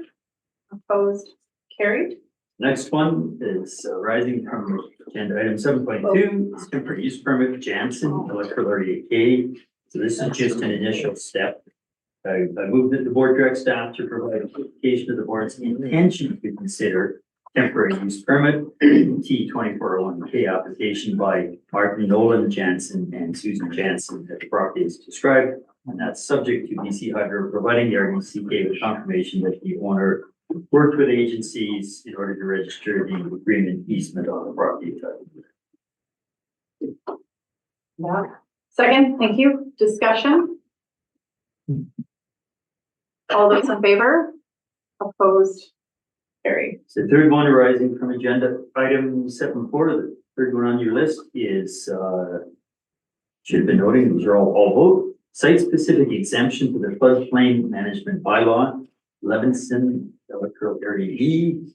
Move the board approve a site-specific floodplain exemption to permit the construction of a dwelling with a secondary suite with a floodplain setback of 7.5 meters in accordance with the engineering report provided on the lot as described, subject to restrictive covenant, subject to providing wastewater site assessment, and subject to registration of restrictive covenant identifying the development uses shall be limited to the maximum capacity of the proposed site wastewater system. Thank you, Director Brown. Discussion. All those in favor? Opposed? Carried. Next one came from item 7.5 on the agenda. This is ISCD Innovation Science Economic Development referral for TELUS. It's a replacement tower for an existing tower providing local Wi-Fi internet. It's not a cell tower. So I noted Chad Marlock was there representing the applicant. But move the board direct staff to respond to TELUS regarding new telecommunication tower and antenna systems in electoral area B as described in attachment C, etc. said that. Okay, thank you. Discussion, Maine? I just would like to note for those who were not at the Rural Affairs Committee that there was a fair amount of discussion around this and around particularly the point that TELUS is not providing co-location services for other ISPs. We also acknowledge that it's an advocacy point to raise that isn't necessarily as per application, but more so as a board on a political front, which we have done in the past. So on this motion, all those in favor? Opposed? Carried. And the last motion? The last motion, rising from item 8.1 is the Community Works Fund application. I'll vote again for the Robson Fire Hall fencing and service door upgrade project. Move the Community Works funding application submitted by the RDCK for the project titled Robson Fire Hall fencing and service door upgrade in the amount of $63,750.49.5 be approved. The funds be dispersed from area J Works Just Fund. slid that in right. I'll start. Okay, discussion? Chair, we don't use pennies anymore, do we? Sorry. No. Okay, all those in favor? Opposed? Carried. All right, we've done public time. We're now going to, I'm going to call for a motion to close the meeting to the public. Here's so moved. Thank you. Do we have a second? Thank you. Discussion. All those in favor? Opposed? Those, Kareen and Observer and the numbers that don't have names, if you can log off. Thank you very much.